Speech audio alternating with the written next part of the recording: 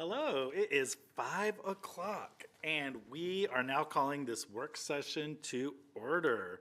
I'm going to call upon Deputy Superintendent Dr. Behringer for introductions and to start our conversation. Great. Thank you, President Benno. Appreciate the opportunity this evening. We've got a brief yet informative work session for you this evening around our updates around boundaries, new middle school opening, and our sixth grade transitions. And so without further ado, I would like to introduce two members of our presentation team this evening, and they will eventually be introducing other members of their team that'll be here as experts to be able to answer any questions you might have. We'll start off with Randy Heath, who is our Associate Superintendent of Learning Supports, and Mr. Dave Buzzard, our Executive Director of Operations. And Dave, I think will start us off this evening. Perfect. President Benno, members of the board, Dr. Behringer, and Ms. Curry, it's a pleasure to be here tonight. I'm excited to share this presentation with you. Again, what we'd like to do is the work session last week worked perfectly. I think we went through our presentation, we asked the board to take notes, we got through, and then we had more time for questions at the end.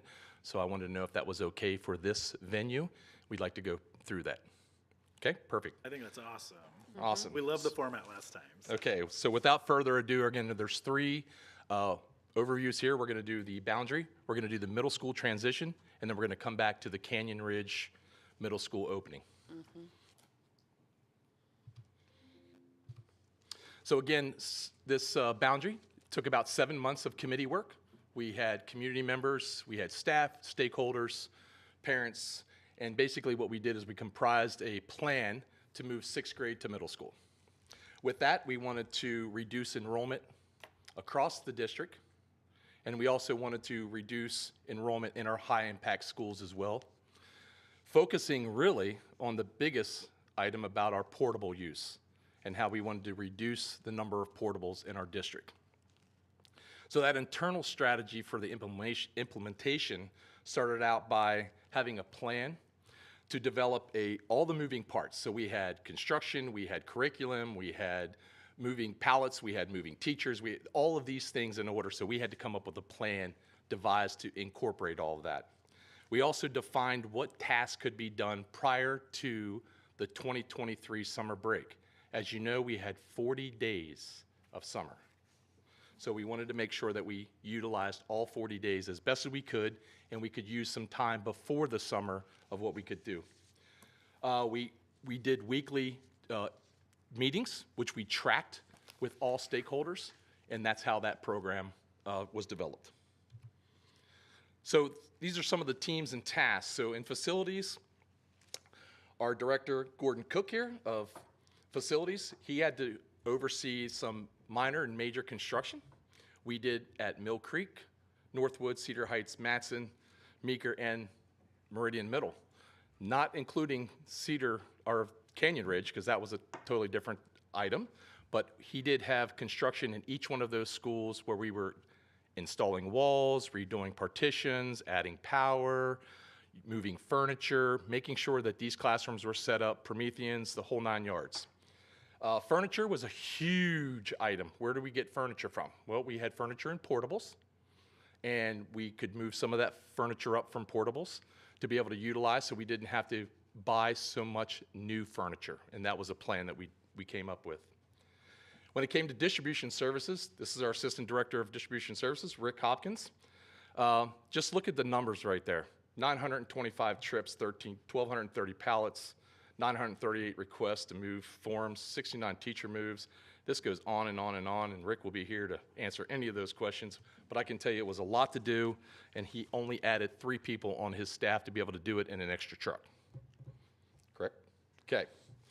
Teaching and learning had a ton of curriculum coming in. So imagine this. Every teacher in the district had 1 pallet of curriculum.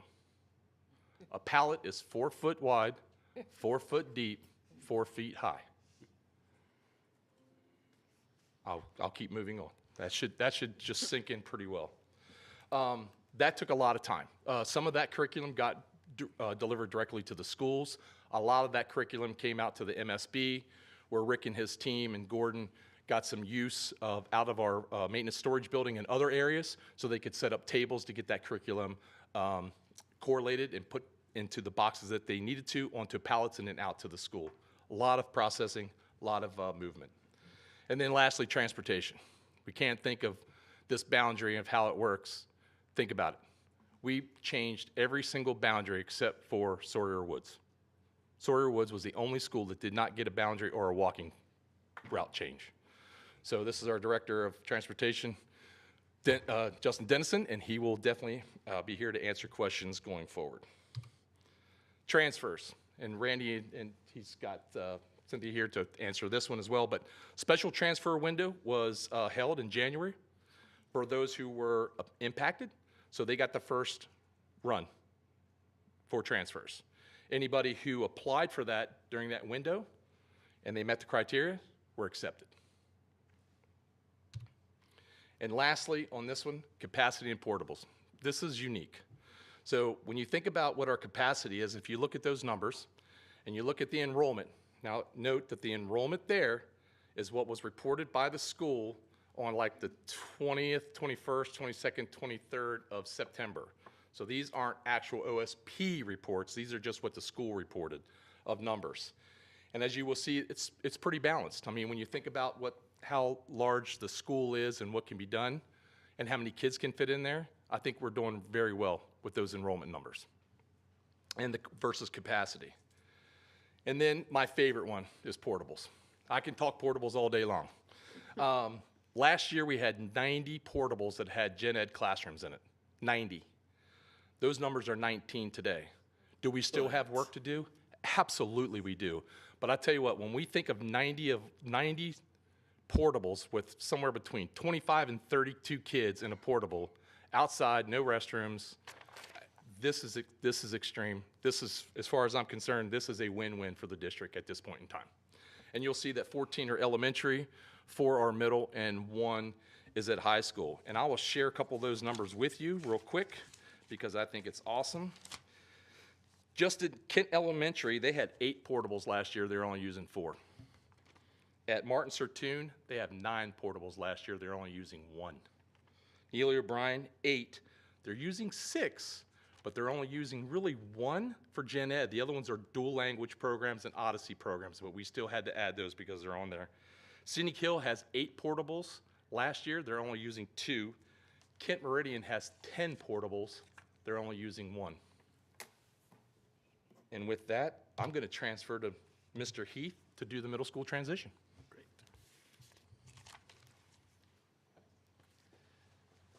Thank you, Dave. President Benno, Deputy Superintendent Berenger, Dr. Berenger, members of the board, Ms. Curry. Thank you. If you could have seen me on the first day of school, you would have seen my big, giant, smiling face because I have felt like as a lifelong middle school educator, 6th grade was a place that our middle school kids could thrive and that middle school would be a better place with welcoming those 6th graders in. And as I've gone around and visited all the middle schools, been to every middle school, they're all feeling very good about the move of 6th graders to their schools.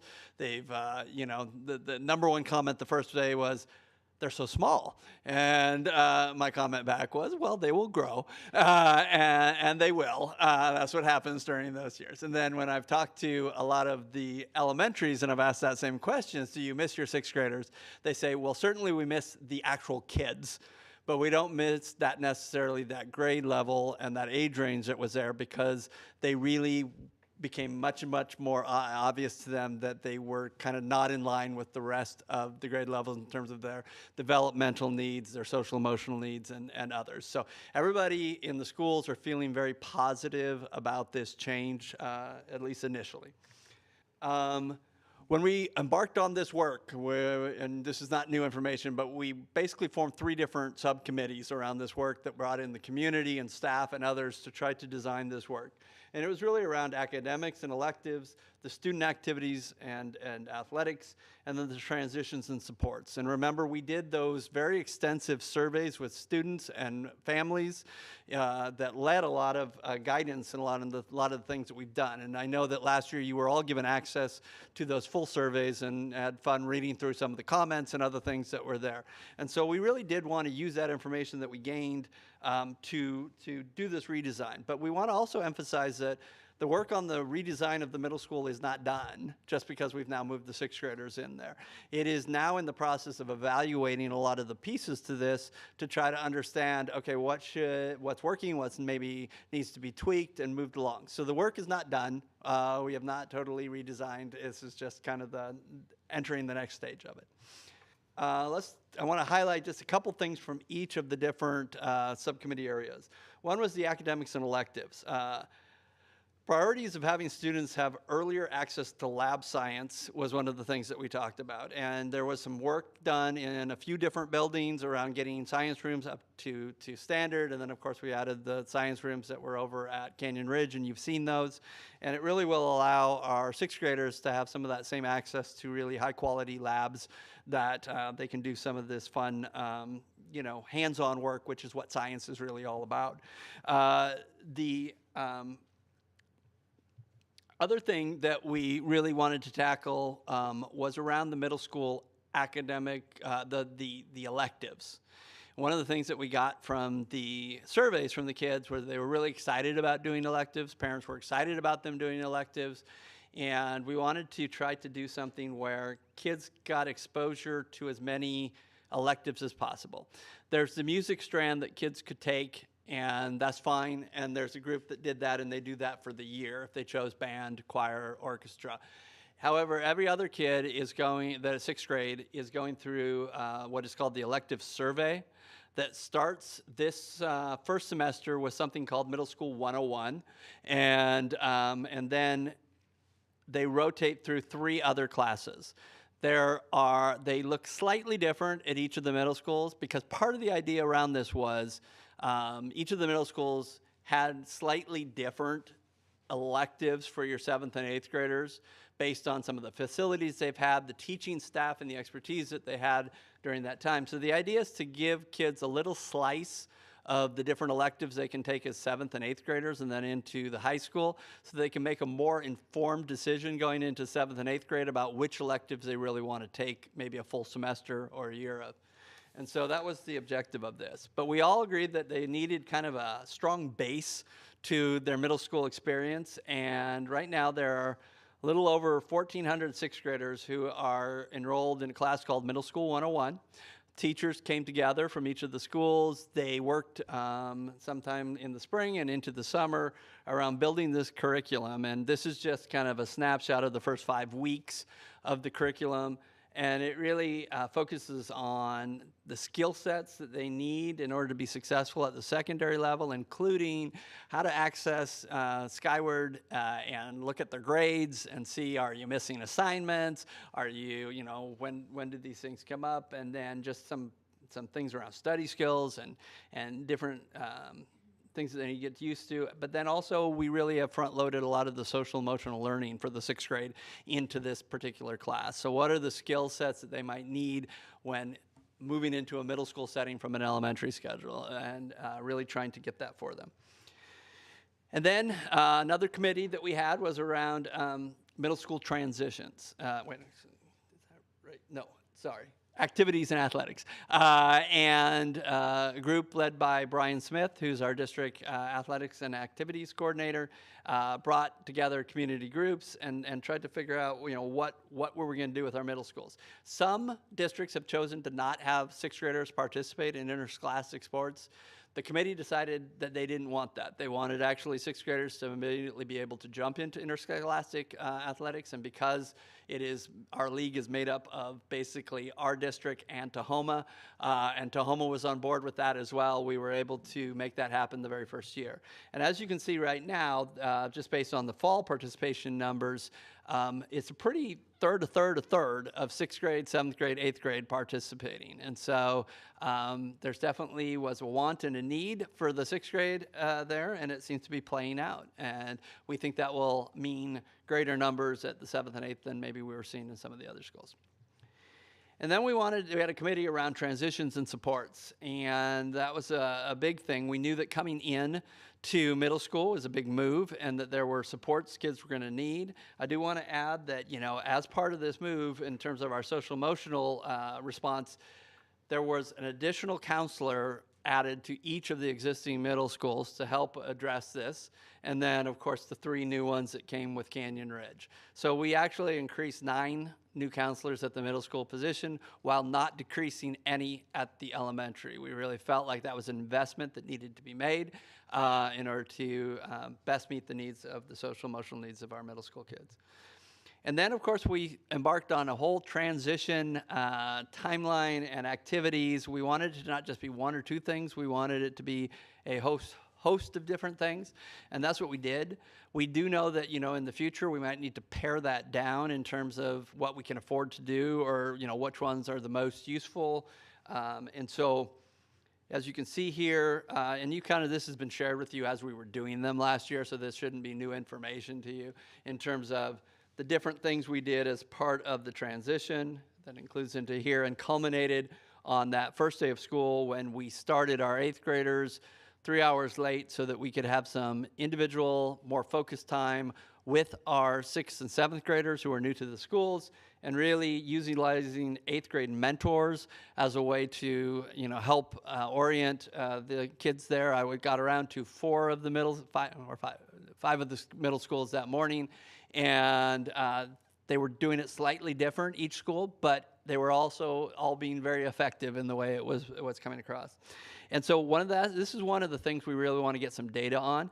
And so we've got some preliminary data, very preliminary, because we've had some teams from our research department out at the middle school open houses trying to survey parents, kind of coming up. Would you have a minute or 2 to answer a few questions about middle school transition? And we're trying that as a method to see if it works. And this is just some very preliminary ones around based on, this got slightly mixed up. Okay, all right, we looked at the different activities and asked which ones were most helpful.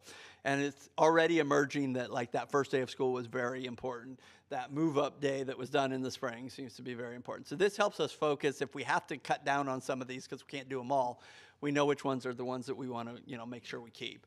And then this one is very preliminary data around how they're feeling. As far as when you ask about the kids and how they feeling, are they comfortable? Are they here? They're good to go. They're saying, absolutely, I'm very comfortable or somewhat comfortable. Only one is saying kind of very uncomfortable. And then you see the parents, and they're not quite where their kids are, but that was actually not surprising because parents always seem to have more concerns about their kids moving into middle school than the kids actually do themselves. And so not surprising data whatsoever.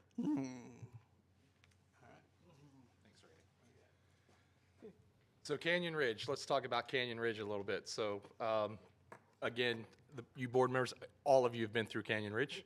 It was 57 years ago this year that it opened up as Sequoia Junior High. $1.7 million to build. The land cost $50,000.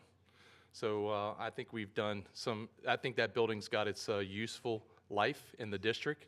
And it was nice to be able to create a nice inviting space with levy dollars for our kids. So let's just quickly run through the timeline. October, the board approved renovations. November, we actually started construction a few weeks later. We'd already had a plan to get this done, so we started implementing it.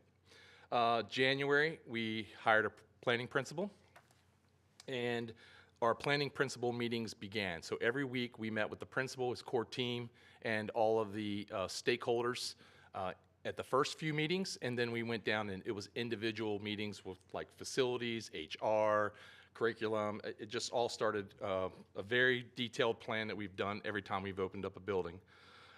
In March, we ordered furniture. That was a first. Normally we wait till about April when we've done new schools, it's usually about April that we are able to get the planning principal and their team to gotta get furniture ordered because it's 12 weeks. So we did this in record time, got that furniture ordered about a month early. In March, the field work design was complete because, again, we started it back in October. It took a little while for process, get permits, and then that work started. In June, we were able to exit school on the 27th, and Top and Kent Virtual Academy moved out, and we were able to get the full building into construction mode. And I was very pleased to be able to stand in front of that building on opening day because I was there for the first 3 days.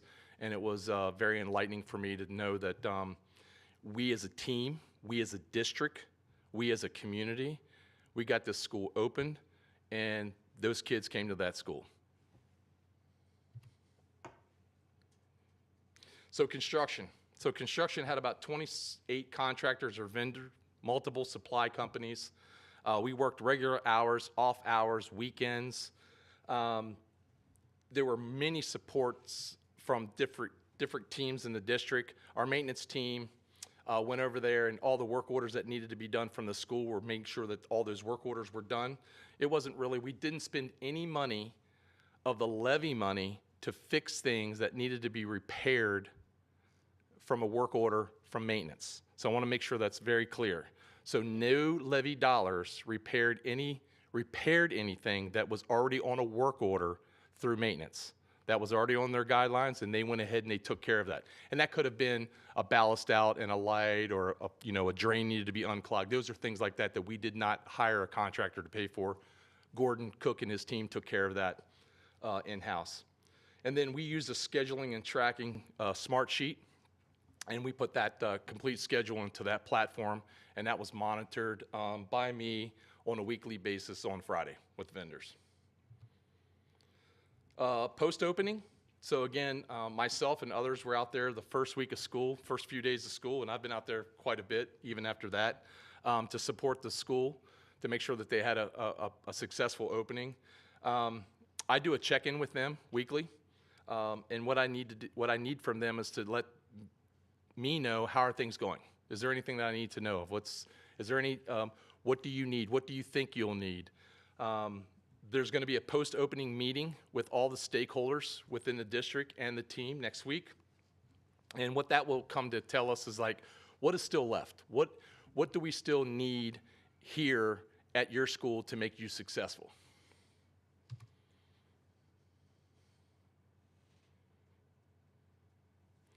And again, I know everybody's excited about this synthetic field, and I am very excited to see it as well too. So you can see there, pictures on the left, that's kind of what it looked like at the beginning. That was kind of midstream with the truck and the track over there. That's our $1 million detention system right there in the middle. That's how that all works. And then as of last week or 2 weeks ago, they were putting curb around the track to get that ready. And then we are right now ready to start pinning for the inside of the synthetic field, to start laying out to make sure all of that ground is ready for synthetic turf. And we are still looking at a December access, but that is weather dependent. We've lost a couple of days with this heavy rain, but we can work going forward with slight rain, just as long as it doesn't impact the soils as much. The one thing about that picture, this one right here, that's underneath the field. So if that wasn't there, we wouldn't be able to work. That field will get wet, and it would stay wet until April of next year. It gets wet, it dries up in about a day. So that's really good that we put that in there. And that concludes. I'm going to have Gordon, Rick, and Justin come to the podium along with Randy, and I think Sherry, come up if you have any questions. I'm sure we do. Time too. I guess I'm going to start because about walking routes. I know there's been some emails about that, and I actually requested it be a part of our next policy session to talk about walking routes, because we're, in comparison to the other districts, we have longer walking routes in the other districts. Can we talk a little bit more about that? And I know we're going to bring it up at policy session, but I just want to talk a little bit about that because that was a concern that's been brought up to us. Yeah, we do have some longer walk routes in the region. 2 miles for high school, 1.75 for middle school, and 1 1/3 for elementary school. Dr. Berenger has asked that we look into what it would take to lower those walk distances, how it would impact how many more students could ride on buses, how many more staff we would need to do that, and the funding component as well. I could give you a very general answer is that in 2015, we did look at what it would take to drop the walk radius to 1 mile. And at that point, it was going to add about 24 buses to do that. It increased the bus rider eligibility by about 2,500 students. So 2,500 more students on buses. And like I said, it would take about 24 buses to do that. How much funding would we get from the state to decrease our walking route? So the state will fund the districts up to that 1 mile. And so that would be reported through our what's called STARS funding report that we turn in with the state. So what they get is they get our destinations, which are our schools, our bus routes, they get our ridership numbers, how much we spend on fuel, our McKinney-Vento expenditures, things of that nature. And so what it happens is it comes back to us through the next year, the upcoming year. They say you spent this much money this year on transportation, so for next year you're going to get, up to that point. So we've found that we're generally funded by the state about between 97 and 98% reimbursement. Yeah. Do we have enough buses to cover that right now? We could absorb the buses. Yeah, we do. We have 150 buses right now. And we are operating currently 108 bus routes. So we have spares that are in our fleet. Some of them we might want to think about expanding if we add 24 routes. We're going to need probably a few more spares. And the spares that are sitting around are older buses for the most part. So if we start using them every single day, we're probably going to want to replace them. How about bus drivers? What was the Bus question? drivers. Oh, how many bus drivers do we have? Do we have enough bus drivers to cover? We always need more, because the retirements, they happen quickly. We had 3 retirements this month. And so right now with 108 bus routes, I have 116 regular bus drivers, and 5 of them are on long-term leaves. I have 8 substitutes that work sporadically, not every day. And so, yeah, it's always a bit of a scramble to get each day covered. And so some days are better than others. Some days I'm out there driving. My office staff is out there driving. But we figure right now if we could hire like 10 more drivers right now, we would probably be in a good spot. The additional buses that you'd have to purchase if that went through, that is not covered under the state budget, is it, or is that under the transportation? Or would that follow the suit with be paid back after a year's worth of data? So we have some money in their transportation vehicle fund that's only for that. What we get is a depreciation value over 13 years. The state pays us back every year. It goes into that fund. It's not enough to turn over the fleet how you would like to turn it over. If we want each bus to turn over every 13 years, what the depreciation is, we don't have quite enough money to do that. So we do have to take some general fund dollars and assist that if we want to accelerate that bus purchase plan. So if you, But he said we had follow-up enough, though. follow-up question. So taking that under consideration, if you were looking, I'm just saying, we're not going to do this, this is not in fact, but if we talked about slowly increasing certain routes, that would probably, budget-wise, be the most financially beneficial thing to do it slowly. Do I hear you saying that? Or- Yeah, that it could be helpful from an operational perspective as well as sustainability to phase it in. One thing I did find when I did some research on this was that it's very funny, but RCW does not say anything in their laws about we have to provide transportation at all. I found that very interesting in schools. We do have some transportation we're required to provide with, if it's IEP related. Excuse me, McKinney-Vento. on our general population. general But I mean, population, I yeah. found that interesting that it just, it's up to the individual schools to, you know, and not saying they shouldn't. I'm just saying I thought it was very interesting that it's not a law that we have to provide transportation. I thought that was pretty interesting. Just Correct. curious. Other questions about transportation, or do we want to move on? And could we, Mr. Dennison, is it possible, because there seems like there's periodically, we have some groups come up and talk to the board about areas that they think they need it.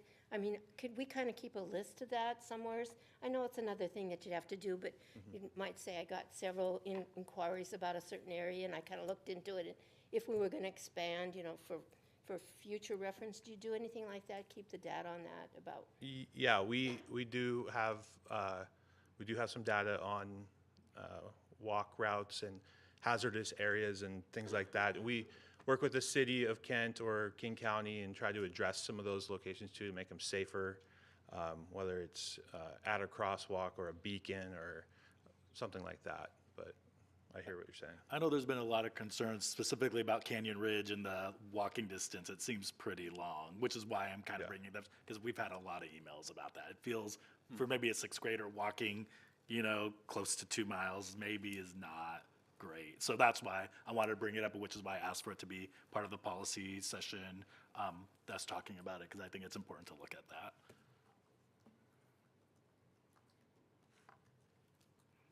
Other questions? We got till 6, y'all. I got a list. outside of buses. Outside of buses, yeah. So we ready to move on? Okay, go ahead. Director Margot, it's all you. Oh, no, I asked all the questions last time. I'll defer to somebody else. No, go ahead. Okay. Can we talk about portables? That was on my list.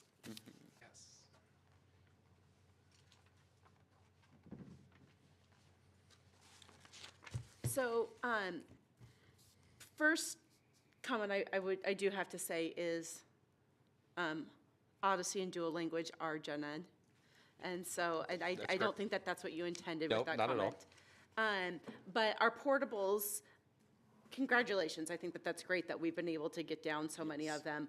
I did want to ask about all of the portables at Kent Meridian. I haven't had a chance to go back behind the school. Last visit that we had, we saw 18 portables were back there at one time. How many was back there? It was 10. 10? Kent Meridian has 10 portables. Felt like there was Okay. more, but It felt like there was more. Exactly. I knew it was double digits, let's say.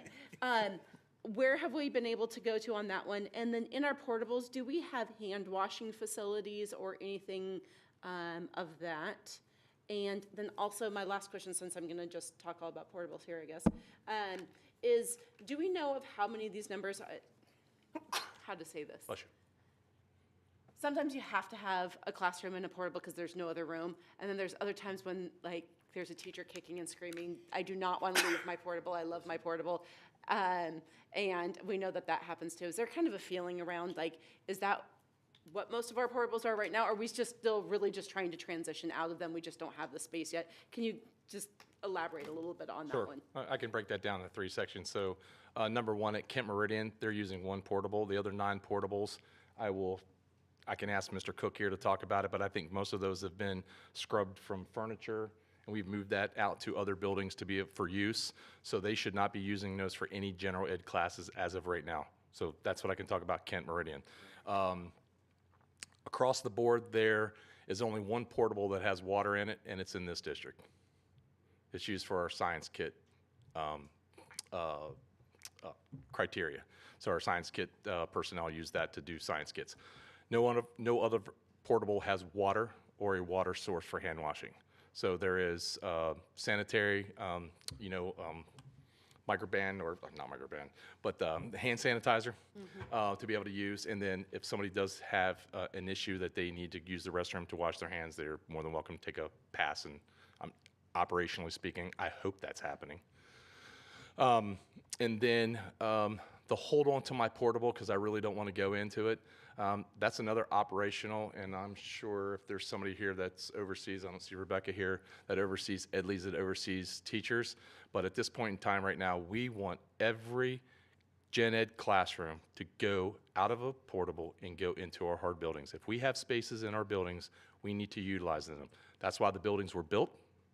That's why we want our kids to be able to do that. And again, this survey that we've done with portables right now that we've moved up, Mr. Cook and I are getting ready to do a full, now that school's been in for about a month or so.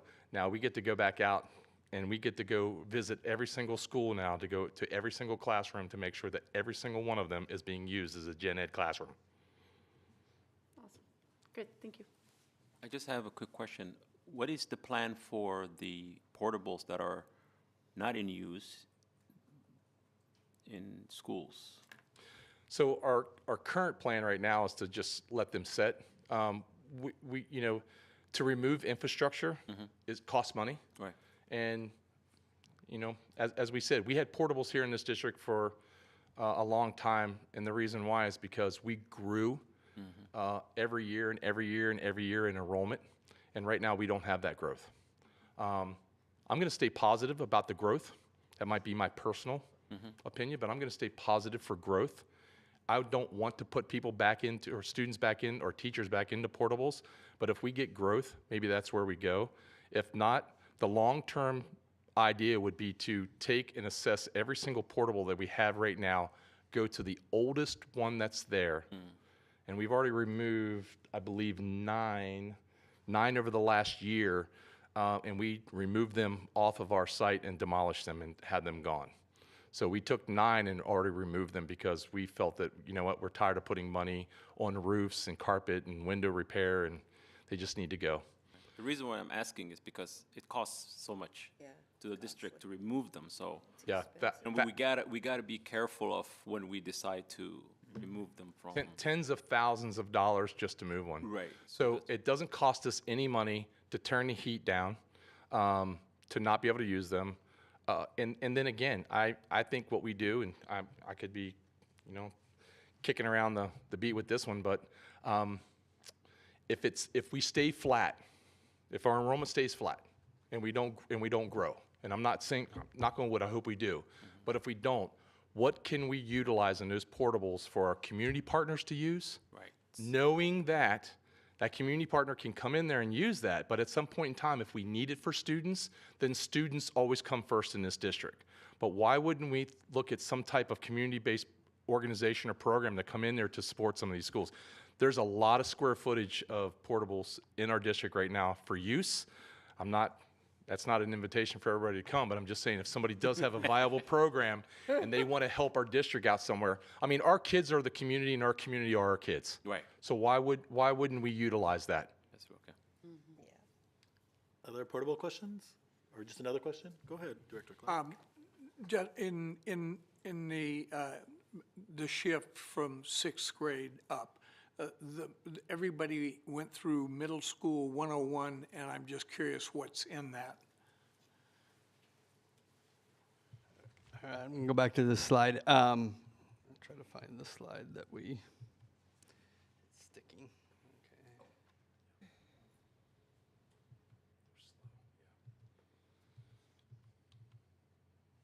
This is just for the first 5 weeks. There's another one that's accompanying, and we can send it actually out. We'll put it in this next board weekly so that you guys can actually, because it's kind of small. I get it. But, you know, there's a lot of social emotional skills that are taught, our cell lessons, but also there's a lot of just kind of practical skills of some examples there of,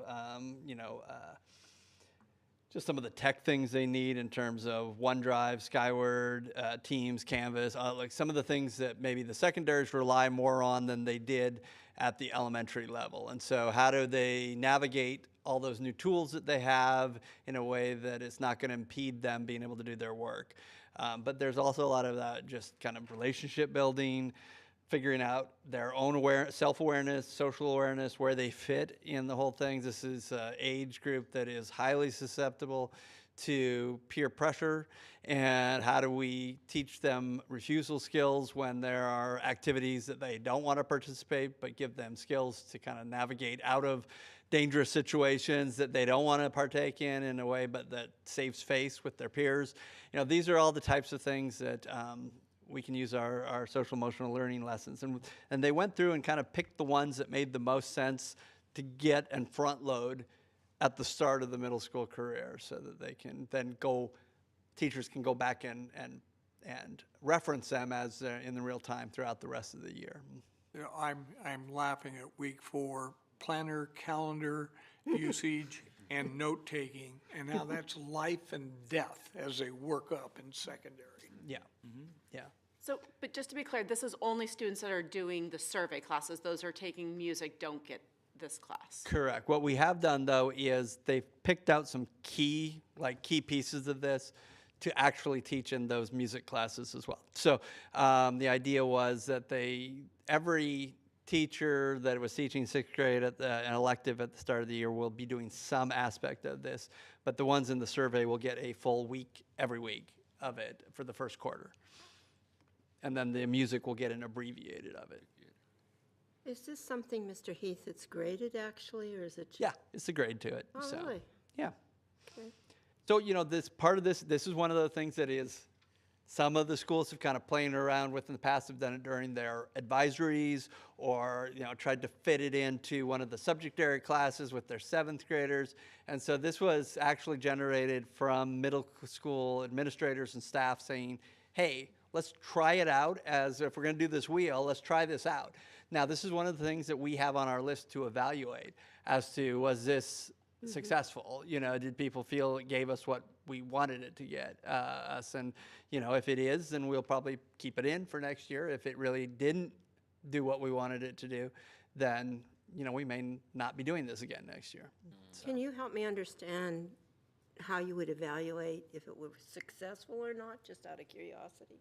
That is actually something we're working with our research team on. We met just this last week around, you know, there are some key indicators of probably some surveys from more the staff in understanding, like, okay, did kids seem to know how to access and do these things in the technology aspect? Did they seem to have skills to be able to settle interpersonal relationships better than maybe your 7th and 8th graders who never got that type of a thing? So I think a lot of it is going to kind of be around perception data from our staff around whether this was successful or not. And then probably some surveying from kids as well. You know, but the kids are going to maybe move back to, was this a fun class? And I don't know if it's necessarily designed to be a fun class. I mean, we hope they enjoy it to some extent, but that's not really the full objective of it. So. Thank you. Can I ask some questions about electives? Sure. Because I know we were talking about equity, but I know that not all schools have everything. I'm just kind of curious, like, is there music, like band, orchestra, choir, drama, are at every school, or is it some schools? I'm just kind of curious, because I've heard things, but I want to make sure I get the right information. My understanding at this point is that there is choir, band, and orchestra at each of the middle schools. That was something that we were trying to. Now, what it may mean is there are some instances, if there are not enough, that I believe things were combined, like your beginning and maybe your intermediate might be combined, or your intermediate and your advanced might be. But I'm not absolutely certain. We can look into that and get back to you with the answers on how many schools actually had that. Because not every school does industrial tech, or not every school does foods, fads, and finance, right? And not every school has drama. So I'm just curious, like, speaking from equity lens, like, I'm just curious, like, if some people, because I don't think Canyon Ridge does drama, so, but the other middle schools do. So, like, I'm just kind of curious what that looked like, and maybe I get demand, but I also understand that we want students to get an equitable experience at all the schools. So I'm just kind of curious about how you're going to look at that and evaluate that. Yeah, I mean, one of the surveys that we did last year around which electives are you interested in taking, and we tried to align that as much as possible. Once again, sometimes you don't actually have the facilities at a school, and sometimes you don't actually have people qualified to teach it. So we also have to kind of take it sometimes we're kind of where we are at one point Doesn't mean that we aren't thinking toward the future when maybe a staff vacancy comes up or there's an opportunity to add some kind of facility that we didn't have previously, especially if they continue to show kids wanting to take that, but yet we don't have it at this school. Because the industrial tech shop at Canyon Ridge, do we have other schools that have such a awesome facility like that, or no? I don't know as awesome, but I think there's other It's ones. that similar, have. but not every middle school has a facility like that, right? Yeah, absolutely. There's multiple schools that have the same thing. Okay, but no. Not the extensive of jet equipment that's at that school. Okay. Speaking of classes going forward, Yep. foreign language, Yes. specific letter middle school, especially when we're looking at high schools with that limited 6-period model that we still have. What are our plans for potentially adding in the ability of having foreign language starting in the middle school? Yeah, something we looked at, weren't able to do universally at this point. Part of it is around teacher qualifications and the number of classes that they would actually teach. Do we have a full schedule for a foreign language teacher at a middle school? Or would we then have to share it with another school, which presents other challenges, in that? So it definitely was talked about, and I think in the future we'd like to try to get there. We just were not able to make it happen for this opening. But it definitely was definitely a conversation. Yeah, I'm sure, when you don't have any second-year students, right, because there's been no first year, Right. that there's always going to be probably a 2-3 year ramp up to get those first, second, and third year Correct. students in there. So, okay, but I'm glad to hear that that's on a good path, especially in the world that we live in today, where that's such a skill to have. Absolutely. I just have, I have a question about the electives. Yeah. I noticed that it says science. So I remember, if I look back, when my kids were taking science, they would take something like earth science or something to do with biology. So the lab sciences are actually core classes. They are not electives. So all kids take science in the different grade levels. So, and they progress through, there's different progressions around. Right, so if it's, can we offer, and I would say as an elective, something like chemistry, physics at middle school so that even kid wants to take that? Part of it is my understanding certification, and that a generally middle school science teachers don't necessarily have the certification or feel like they have the skill level to teach some of these really higher level ones that are up at the high school. And you're talking about high school classes, and so earning high school credits, it has to actually be taught by somebody who is certified to teach science at the high school level, which we, once again, something we could try to work toward. It is, it's not there yet. Right. I just wanted to make sure that we're not limiting our kids. Absolutely. To be able to say, well, you're not there yet, right? Yeah. Some kids are advanced and they can have that ability to get themselves to that level. Yes. And then that progresses them to take higher. Agreed. So therefore, when they graduate, they're ready for college. Yep. Now, what I noticed is that some of our kids that graduate from high school are not ready for chemistry 101 at the college level. And they have to get that ramped up. Or if the parents have the ability to pay a tutor to get them ramped up. Yeah, So I'm just trying to make sure that as a person that who is more of a technical person, I noticed that is what's happening.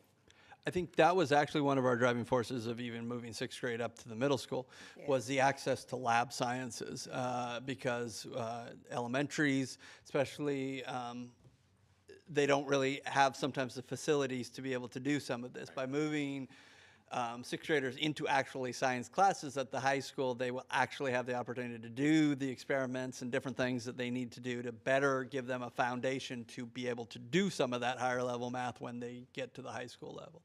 So, and as we see this working after a number of years of kids getting like the 3 years, we may decide there are some kids that are like excelling at a super. So how do we address that in terms of those kids in 8th grade that really need a much higher level science? Right. Yeah. I'm going to ask about athletics, which is going to surprise everyone. I'm curious, because I'm getting a lot of emails about baseball and softball, but I'm curious what the athletics are at all the middle schools, what the offerings are at this point. It's on our website, so I can't verbatim say what the middle school each. I believe in the fall right now they have badminton going on. They have volleyball. No, they have volleyball's in the track, and they have Soccer. boys soccer. That's right. Okay. All right. So that's what's going on right now. I'm glad that you brought us back to sports also, because I forgot to say something, which was that in addition to the opportunity to participate in interscholastic activities, one of the things that the committee really was very intent upon is there are kids that don't want to, or for whatever reason, can't really access interscholastic, but would like to just do some sports on a more not competitive nor not, getting on and having to travel to other schools. And so we really wanted to increase our intramural. And so I asked the middle schools kind of like what is currently happening or what do you have planned for intramurals? Because each one's going to be kind of different based on the interest of their particular students.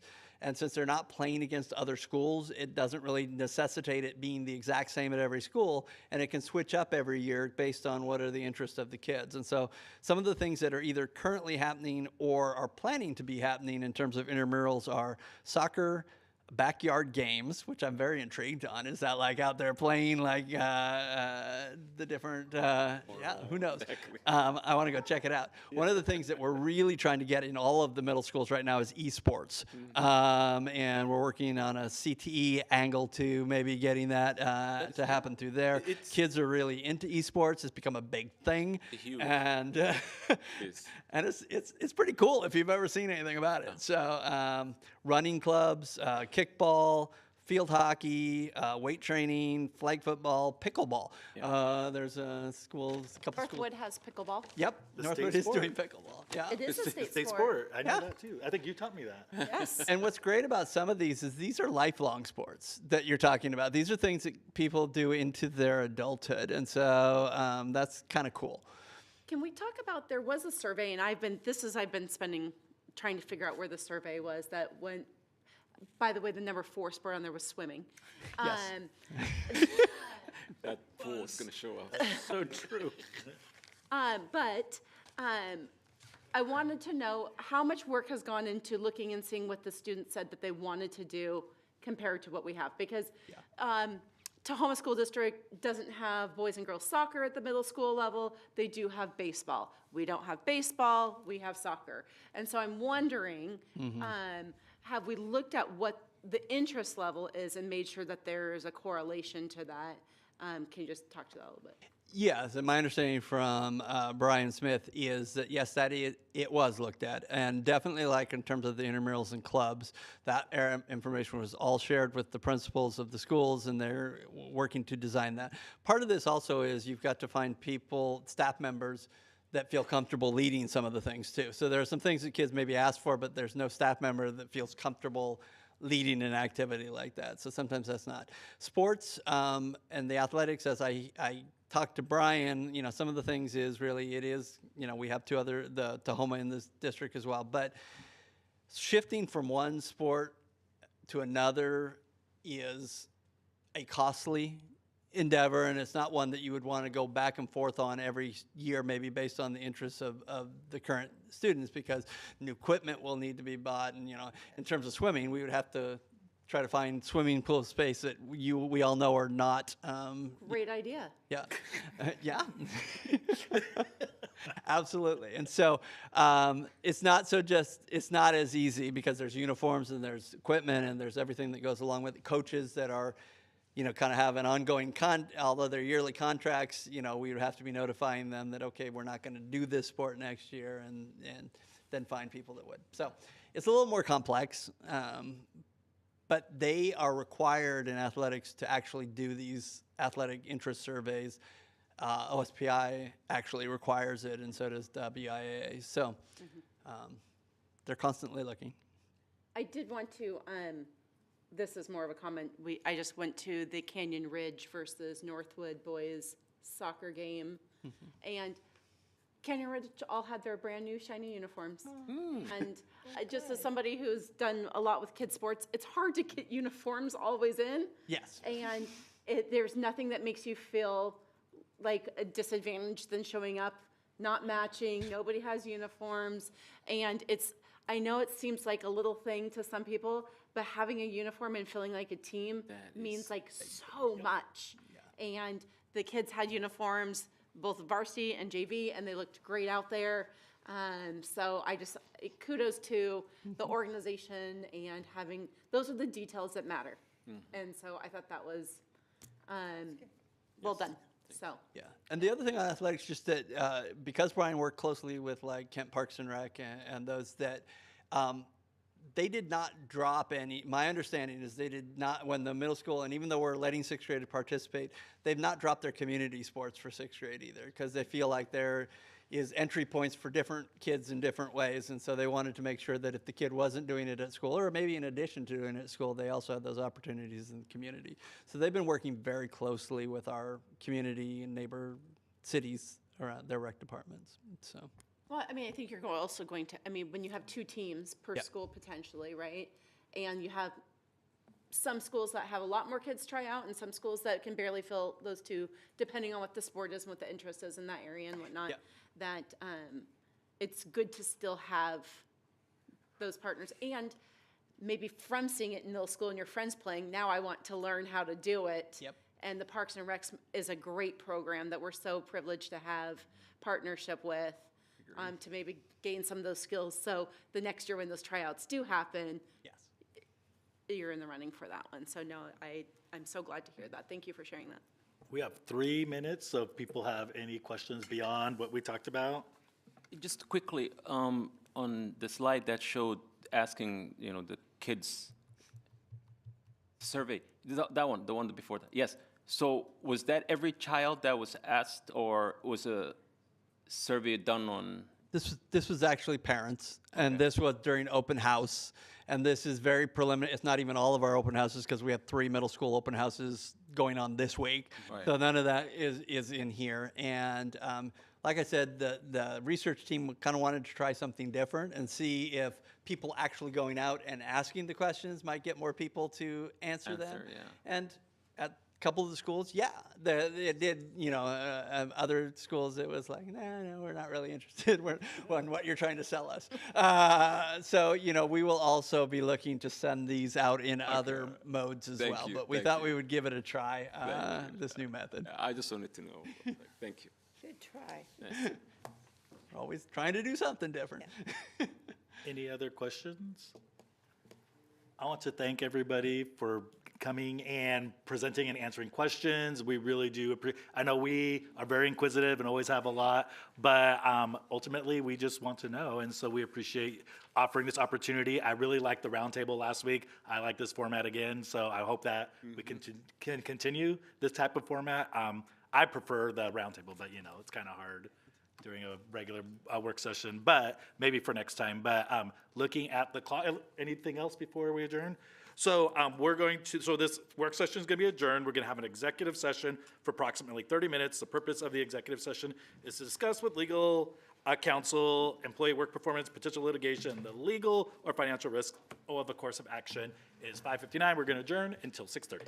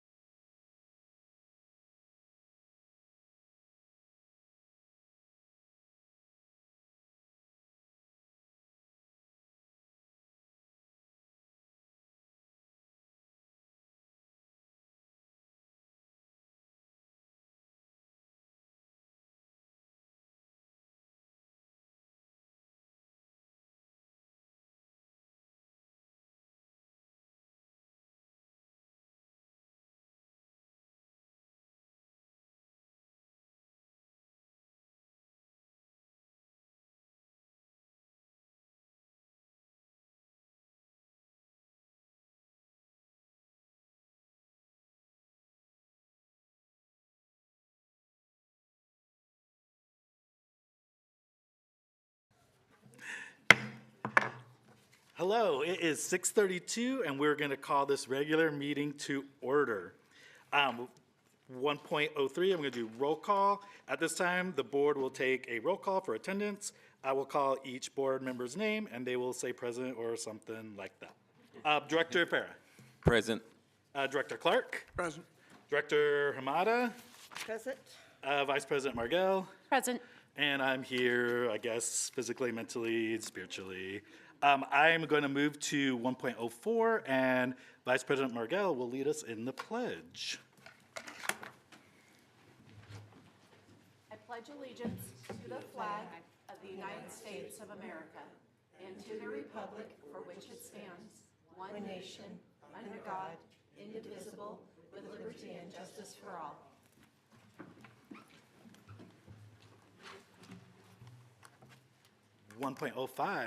Welcome.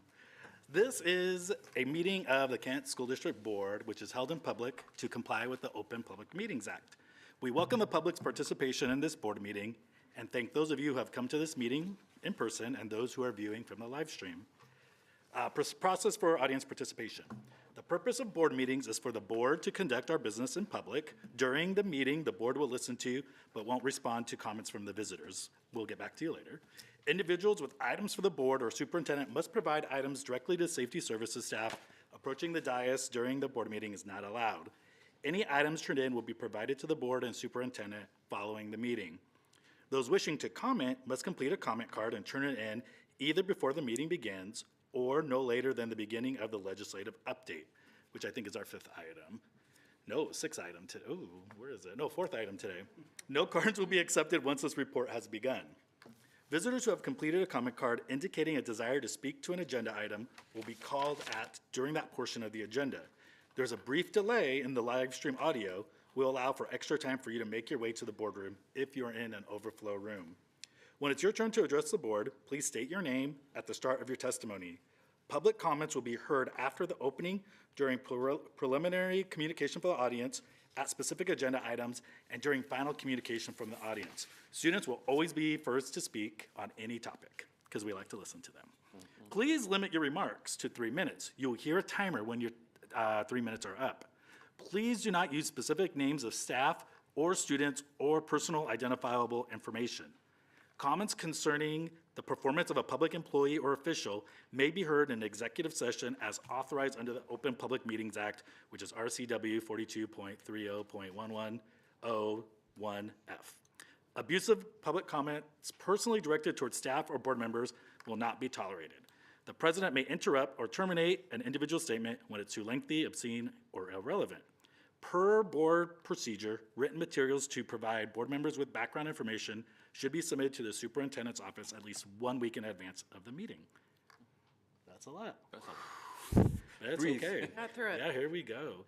But we will now go to 1.06, and I'm going to invite Director Farah to read our land acknowledgement. Thank you.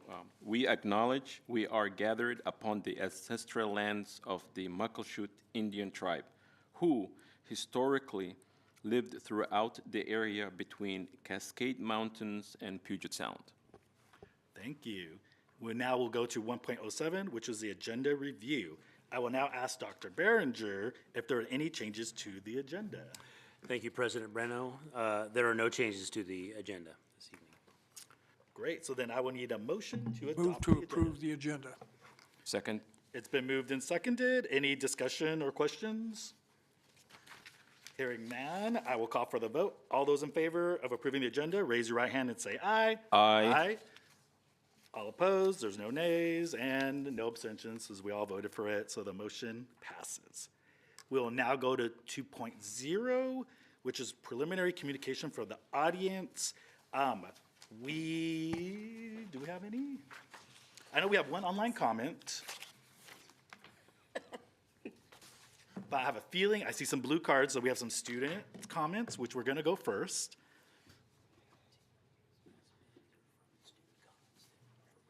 Got it. Pass it out. Thank you.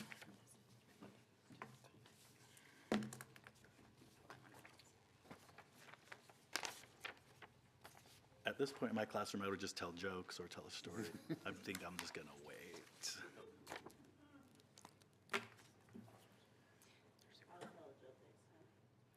Next time, that's fine. Our first comment looks like it's from Amaya and Josh. So if you want to come up to the podium, or yeah, to the podium over there. Thank you.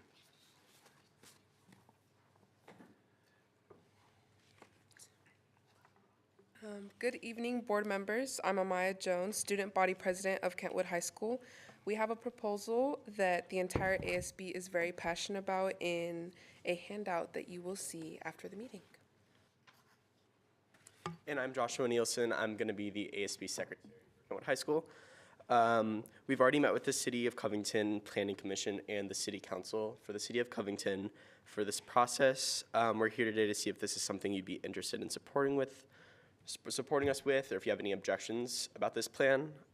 We do not have a set budget for it yet, but it will be approved through ASB funds. So that's going to be directly approved through either our own funds or our fundraising, so it's not going to come from anywhere else. And we also will set an amount every year for upkeep and maintenance for this project.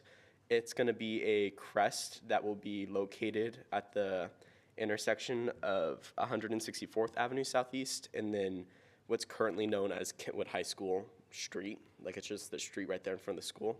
We're going to install a crest painted there in the street. We're also going to have staff and students paint the bricks lining that street, like green, gray, silver, and black, like our school colors. We are super passionate about this. We're waiting on the Planning Commission to see how realistic this is. But we wanted to come here today to let you know that we're planning on doing this. And yeah, if you have anything else to add. No, that's it. Do you guys have any comments, questions, or concerns? If I can, I'm concerned about, have you cleared the actual public right-of-ways that you're talking about, excluding the green one, with the City of Covington? Because it's a public right-of-way, and we don't have authority over that. Yeah, so we are working with the City of Covington right now, the City Council and the Planning Commission, on all of the documents we need to secure that. We know it's not nothing, it isn't anything you guys have control over, obviously, because it is off campus. But we just wanted to let you know that it's something that we're working on. And we are also working on renaming the street in front too. That's something we talked to the Planning Commission about, renaming from the Foss Roundabout down to 260th Street. We want to rename that K-Way, which I don't know if anyone knows what that means, but it's like our trek, our values at Kentwood. So we wanted to rename that street similar to, like, I believe it's Falcon Way is what Kent Lake Street is called. Yeah. Point of privilege. Oh, you can definitely do a point of privilege. I just want to say thank you for coming, and I'm sure Covington would love to hear about that if you haven't testified yet, and they have a youth commission out there that you might want to merge with too out there. Yes. If you haven't done that, but thank you for being creative and innovative and presenting. Obviously, we don't have authority over that, but I personally would love to be there and see it all happen. Yeah, and you guys are definitely invited to come help paint our sidewalk too if you're free. We'll definitely reach out to you about that. But I've not seen our painting abilities. Thank you. Thank you so much. And we'll make sure that we put on agenda somewhere that we can talk about it. Because again, we don't really have authority about that. Yeah. But we're not supposed to comment after people's testimonies. But because you're students, I don't care. We will. And so we're going to make sure that we can put it on agenda, something to talk about. Even if we can't necessarily approve it, we can always talk about like our appreciation and a non-binding vote to approve or whatnot. Yeah, but that's something we can talk about. And that's something we would probably bring to the City Council to say that you guys are also in support of it. And then our emails are on there too, if you end up having any questions or want to reach out to us about that. Yeah. Thank you so much.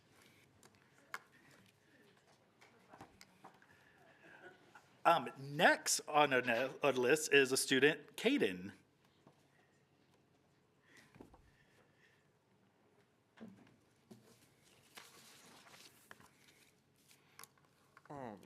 For my concern, I was going to talk about levy and how, like, what's going on with it. So I talked to my dad about this, just trying to figure out what it was, and me and him both came to the conclusion and said that, like, if the district is worried about a reduction in money, due to the levy not passing, how are they justifying additional high-paying salary positions at the administration building while threatening a reduction of workforce at the school buildings? Caden, unfortunately, we're unable to answer questions we really shouldn't have in the last one. And so thank you for your question, but just how the procedure works here, unless something's actually on the agenda, and so public comments are not, just the time is. And so unfortunately, it does feel very a one-way street when you're up there. So you're not going to get an answer today, but what we will make sure is that if you stay until the break, that we can have somebody talk and get your information, and there's conversations that can happen offline. Okay, thank you. Yeah, absolutely. Thank you so much for coming. Appreciate it. Our next student is Bailey.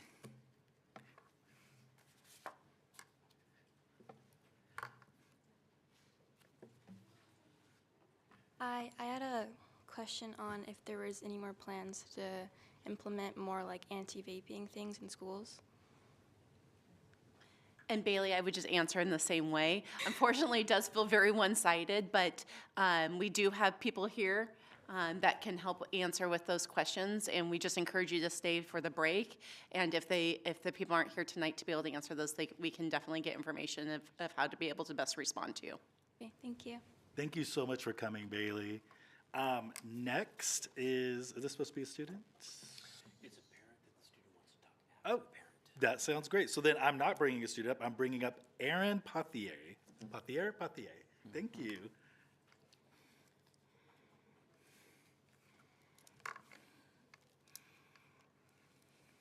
Repair tonight, so she'll be up next. Excellent. Hello, I'm here to address a non-agenda topic. My name is Erin Pothier, and I'm an involved parent on the PTA and Learning Improvement Team at Grass Lake Elementary. I'm here tonight to ask that the school board and Superintendent Vela please reconsider the new music choice pullout policy affecting our 5th grade students this year.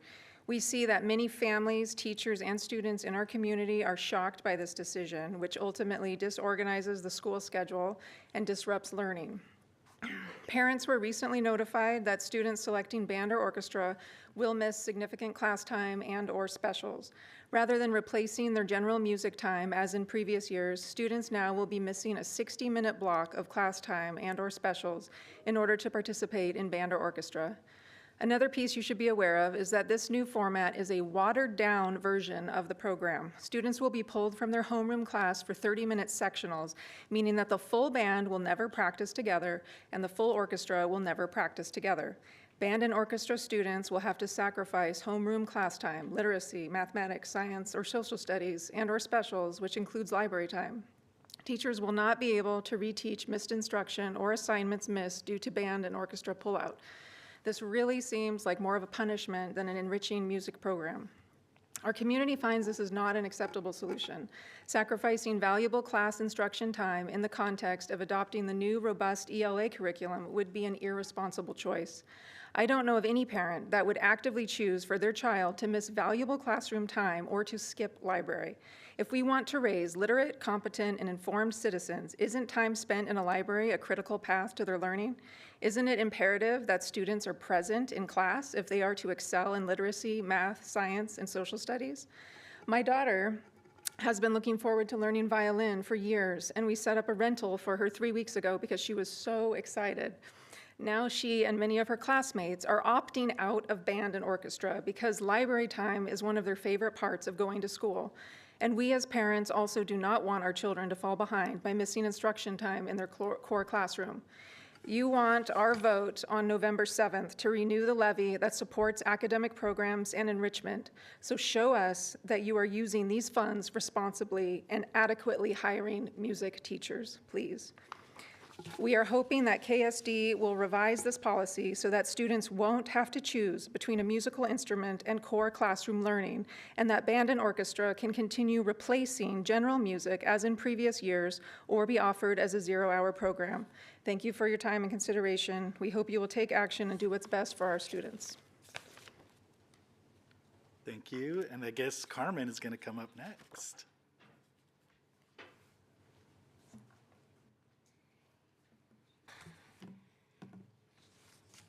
Good evening. My name is Kyman and I am a 5th grader at Grass Lake Elementary. I noticed that band and orchestra will now be taking place during class time and during specials, including library. I consider this to be extremely disappointing. Music is important, but a form of music can be replaced by another form of music.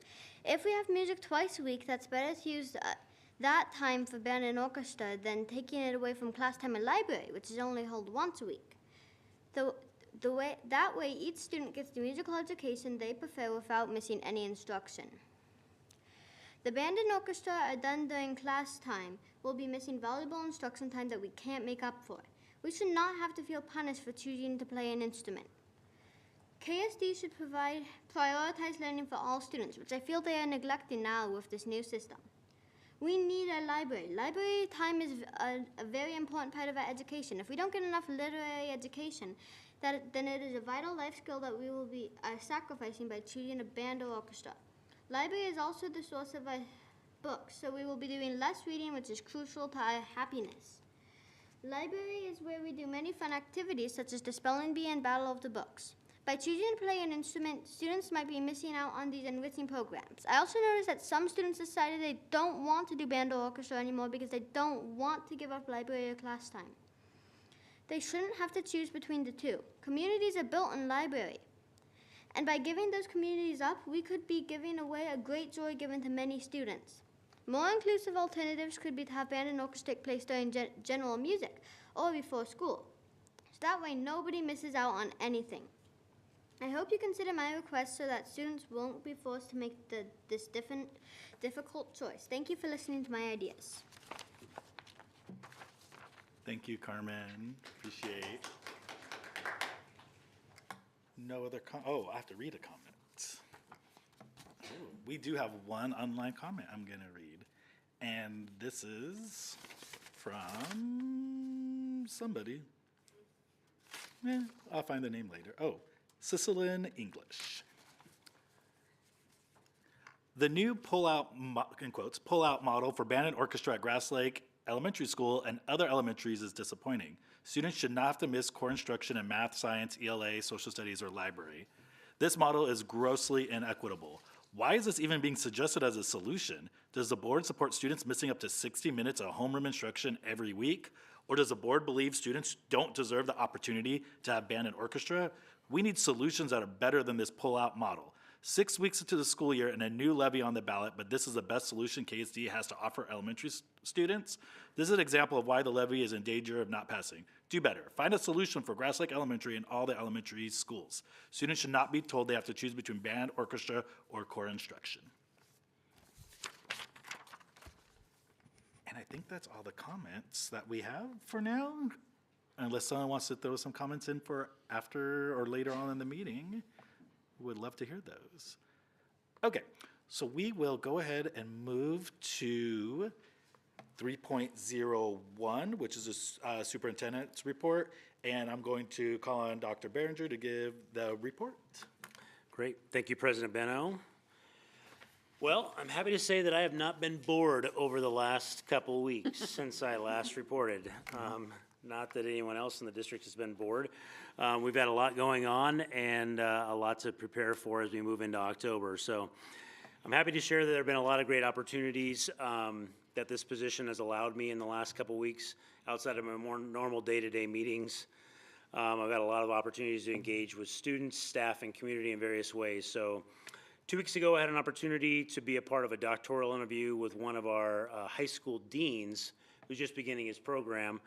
So we sat down and talked a little bit about the doctoral program that he's going through, as well as I got an opportunity to talk to him about his work being a dean of students at a high school and how that's going at the start of the school year and what he enjoys about that, which is that's a big deal. I mean, when you have as an adult at any age level of school have an opportunity to be a role model for students, it's great. And he loves what he does. I look forward to actually checking in with him periodically throughout the year and going to his school and, and hanging out with him while he's doing his work.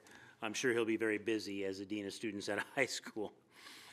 A couple weeks ago, we were a little short-staffed at a football game, so I volunteered myself to go do some football supervision at French Field. It was a great opportunity to talk to the support staff and safety services, athletic department, and the high school administration team that was there, and just kind of catch up on how things are going at the beginning of the year and their workspace. Again, it's important to really kind of realize boots on the ground work and what people are going through and how the year started for them, so that was good. Last couple weeks I've spent time in schools. I've visited 14 schools now in the last few weeks. Just connecting with our building leaders, being in classrooms, albeit for a short period of time, because when you go to a school and you're trying to fit six schools in a day, it's, you know, bouncing from classroom to classroom. You get 2 or 3 minutes in a room, touch base with some kids, you know, give some nods to the teachers and things like that.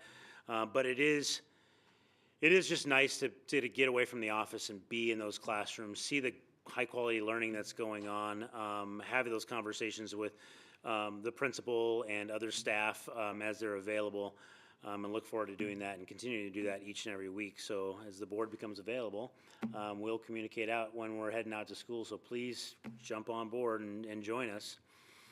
We began our monthly labor meetings with our KEA partners and our KPA partners in the last couple weeks, having some meaningful conversations around how the start of the school year was.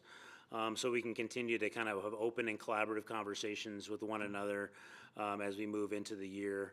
And so that's an important piece. Work session last week, we talked about it a little bit earlier, but just want to highlight again how we like the new format, and that's something that we will consider or continue to do in those non-board meeting work sessions.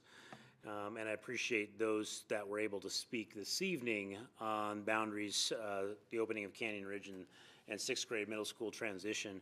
I appreciate that opportunity there.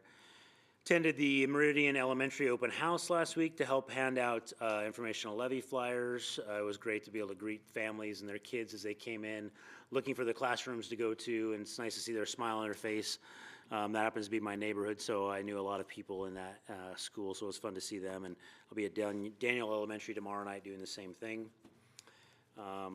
Last Friday, Faith Sicily, Director of Communications, and myself and my wife were at the Kent Chamber Gala. So nothing like a black tie event after a 60-hour work week on a Friday night. But all in all, a great event to be a part of our community and our business partners. We also had one of our own, very own KSD employees there. One of our environmental service employees, Matt Rourke, who is our head custodian at Meeker, was nominated as the Kent Chambers Person of the Year, which is pretty awesome. He was nominated, he didn't win, but he was nominated, and that's pretty huge. So he stops in our book. He's a great guy. If you haven't met Matt, he's pretty amazing, very inspirational, and huge impact at the Meeker Middle School. Monday, Dave Buzzard, Brett Scribner, and Brian Smith and I joined the Kent Parks and Rec department for our monthly meeting around our partnerships as we continue to build solid partnerships on collaborative projects, specifically talking about Canyon Ridge field area as well as Kent Ridge field area. We also shared at that particular time with the Kent Parks that we are moving forward with the Bill Creek field project in the design and concept phase. So they were excited to hear about that. So tomorrow I'll be with the mayor and the Kent Chamber and other business leaders at the workforce development meeting. So looking forward to that. And we are finalizing the process for the video public comment submission process, which will hopefully be in place potentially by the next board meeting. Oh. So more information to come, and that concludes my report. No more listening to my docile tones as I read the public comments. The velvety vocals of Joe Bell. I know. I'm going to have an ask. I'm going to have Director Hamada do the legislative update. And before we do the Educators of Color presentation, is it possible to take a 5-minute break? I know some of our students are still sitting here. I would love for people to connect with the students during our mini break before we come back and do the presentation and the rest of the agenda. Is that okay if I make that adjustment to the agenda? Are my colleagues fine with that? Do we need to do a vote? I don't know. Probably should. So all those in favor of adding a 5-minute break before our 5.0 presentations? Aye. Raise your hand and say aye. Aye. All opposed? Okay, so we'll make that happen. Thank you, because I really just want to make sure our students connect with folks before they leave, and then you all don't have to stay the rest of the meeting. I mean, unless you really want to. We're very exciting, but not always. But We are. I mean, I don't know. So I'm going to go ahead and go to 4.0 and 4.01, our legislative update. But I do have to announce that our in-person public comment submission, unless you're going to run to the blue box in the back right now, we're going to have to close it. Looks like it's closed. And then I'm going to turn it over to our legislative rep, Director Hamada, to give the legislative update, because I know there was a very exciting weekend on Zoom with the WASDA conference. So, Director Hamada. Wow. Let me get my serious face on here after that, President Bento. Well, as some of you know and some of you don't know, we had our WASDA General Assembly on Friday and on Saturday, and it was from 9 to 6 on Friday and 9 to 5:30 on Saturday. So just so those people are aware, this is the legislative meeting that takes place, and that was 15 hours only in what a board director does of a very busy day. And they did it this year hybrid, which you could be in person or you could be online. And I did, because I got lots of things going on, I did register online, which worked out pretty well, actually. They had it in person in Spokane. And the meeting was called to order by President Ron Mabry, and Ron is from the Kennewick School District.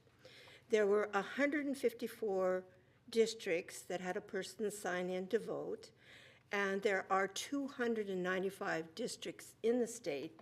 So you see, we still have a ways to go to get everybody there participating in a vote. At any time during the assembly, the highest number to sign in was the 154. That means they could either vote or they were in person. The rules and agenda of the assembly were voted upon, and a quorum number to conduct business was established at 74. So you had to have 74 votes in the room or online to continue voting. And we did never dip below that level, so we could continue voting for 2 days. The lowest it went to, because people could periodically ask for a quorum count, was 108. And quite frankly, toward the end of the day, it really started to drop, because it's a big commitment for 8 hours in one day. This is something that I found very interesting. The first day, the first vote of the day was regarding a change in the bylaws. It took 4.5 hours. Did you hear that? 4.5 hours of debate to get the vote actually to come to the actual vote. There were several amendments to the amendments and amendments to the amendments and questions and on. So one had to be pretty savvy on Robert's Rules of Order. And finally, they did get to that bylaw vote, and that I really didn't realize this until I got there, but that was a vote that was everybody in the state was showing up for, even more in record numbers because it mattered. The vote was in their bylaws before the vote.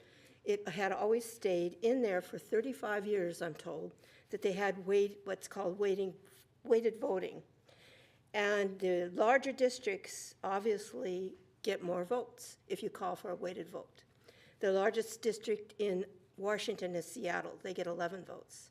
Kent is the fifth largest. We would get 9. When that came for a vote, it passed. So that tells everybody no longer you're going to have weighted voting. The smallest district is just as important as the biggest. So that after 4.5 hours of testimony, and everybody, they kept trying to get it to come to a vote, and people would say, nope, we all want to be heard on this issue, and it went on and on and on. So I was very interested in seeing how the democratic process works. And finally, we got on a roll at that, and we went through several proposals, and we finally stopped at 6 p.m. And Saturday, again, we started in. I signed in at 8:30. And I want you to know that knowing, and it's very important for people who want to go into being board directors and any probably formal board, to really understand Robert's Rules of Orders, backwards and forwards. And I actually learned a few things that day, that we had Tim Garshaw, who's the executive director of WASDA. He happens to be an attorney. He's been a former superintendent.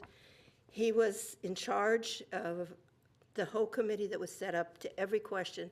And honestly, for 2 days, for 16 hours, that man was sitting there going through legal things and making sure they were doing everything right. It was quite an undertaking, so I have to give him a shout out for that. And the committee that went with him to make sure they were trying to do their best, that it was done totally within the realm of Robert's Rules of Order. And I did have a little hiccup with my laptop. I didn't use my Kent School laptop because Kent School District never let me sign into the WASDA site. I kept doing it. and I didn't have time to correct it. And so I got on my side. I was able to use it because they were coming in from so many different directions, because they had a screen of the actual site that they had it. They had the information, and then you had what is a voting agenda right in the middle, that it's pretty complicated to use their site. But I'd done this through a state committee that I sat on that had a very big group of people that were voting, and I picked it up pretty fast, and every time I voted, it came up, your vote counted. So on 58 votes, Kent School District voted. I voted on every proposal. So your voice was heard. And the work that we had done before, talking about our priorities, and perhaps our priorities didn't get in exactly the way we had them worded or everything, but our discussion around that and what we felt as a board, the 6 ones that we came up with, are in the consistency of the 48 that will go on to, now we're going to go back again, and we're going to have to go through the changes to the ones that were actually voted on and the amendments in that. And now we're going to have to, there's a form that was supposed to be here yesterday to you, Joe, and to myself, stating, our priorities again, and then they're going to go back to the Legislative Committee of WASDA, and from that, they will take 10 priorities to the 2024 state legislature. So it's quite a development on getting to where they want to go for this, and it's quite a big job to get it all done. And they will have that handbook coming out with all the updated proposals again, so you can imagine, I think it was a 98-page the first time. It'll be about similar on that, to go through all that and make sure you understand it all. And one thing I just, also under the legislative rep, I have put my name in the hat for a state position with the intramural, it's actually, the title is for a WASDA representative in District 2. There are 11 districts in the state of Washington.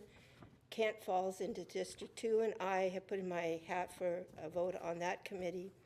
The vote goes from October 1st to the 16th to be on their activities and their athletics commission. And we will meet with WIAA and OSPE for that, and they have 2 meetings a year and a few other little things. So I think I can handle that small of a responsibility on top of everything else I'm doing. So that concludes my report.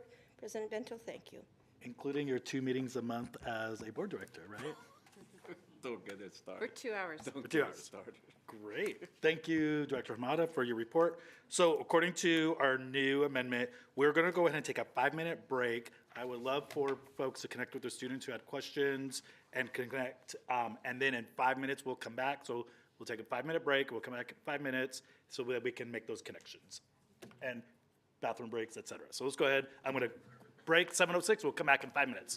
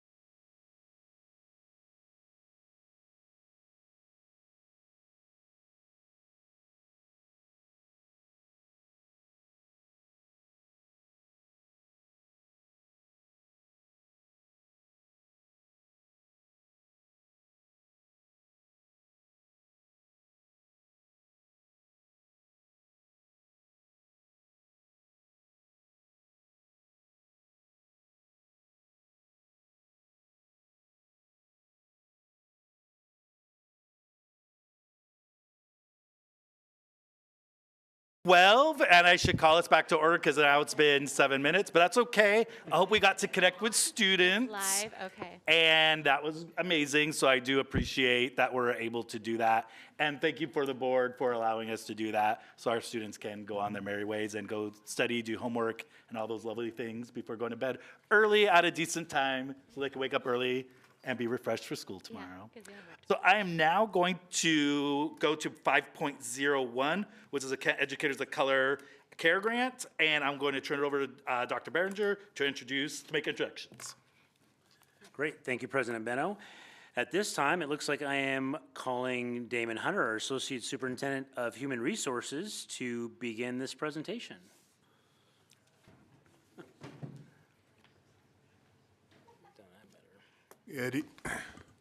Good evening, President Benno, members of the board, Dr. Berenger, Ms. Carey. At this time, I would like to turn it over to Denise to maybe introduce our cohort here and go from there. Okay. Hi, my name is Andrea Victoria, and I am really proud to be up here to help present the Kent Educators of Color Care Grant highlights. Do you want to? Okay, all right. All right, so our grant is called the NEA Care Grant because we have a very specific goal when it comes to educators of color. We want to be able to provide this safe space to cultivate all the brilliance and all the talent that our Kent educators of color have. We want to be able to provide them opportunities to advance their practice, maybe advance their career. We want to be able to retain them by supporting them and providing them what they need to do their job to the best of their ability. And we want to celebrate all that comes with being an educator of color. I'm Jesse McMorris. I'm a third grade teacher at Panther Lake. LaKenya Moss is homesick today, but she's also part of our committee. She's a fourth grade teacher at Panther Lake. I'm Denise Renteria. I am a WA retired member. And then we have Marissa Windmill, who is a contributor as well, who was one of our key committee members last year, and Tawona Kubina, who has also moved to contributor because of professional and personal demands. All right, so some of the things that this was the last strategic plan that we our whole grant was about, was just like focusing on cultivating inclusive cultures and diverse communities. The new updated strategic plan talks about a lot about diverse workplace, staff belonging, inclusive spaces, and effective leadership. In our small cohort of 25 people, we hit on all of those goals, and it aligns very well. The yellow is kind of where our grant and KSD with the new strategic plan aligns. We are investing in our culturally relevant supports, having a grant where it's teachers of color, our paraeducators of color, our counselors of color, wherever it might be. These are relevant supports in helping cultivate and move them on in their career. And we develop and offer high quality opportunities to learn, grow, and advance within the system. That could be like advising our participants to go to Antioch, or advising them to continue with their national boards or things like that. It's a space where we are just coming together saying, what can we do professionally to help? Some of the things that we accomplished was we had 20 educators last year. 15 of them completed the PGP, which stands for Professional Growth Plan. I like to call it a professional growth project because it is really a project that the teachers are working on the whole entire year. We have one alumni mentor who is right here with us today. From our small cohort, we retained 86% of the educators, paraeducators, counselors, psychologists. And we also are continually meeting with Damon Hunter, Irene Aguilar, and Simone Hamilton, because I think that is extremely important that we always continue our conversations with the educators of Kent and KSD as well.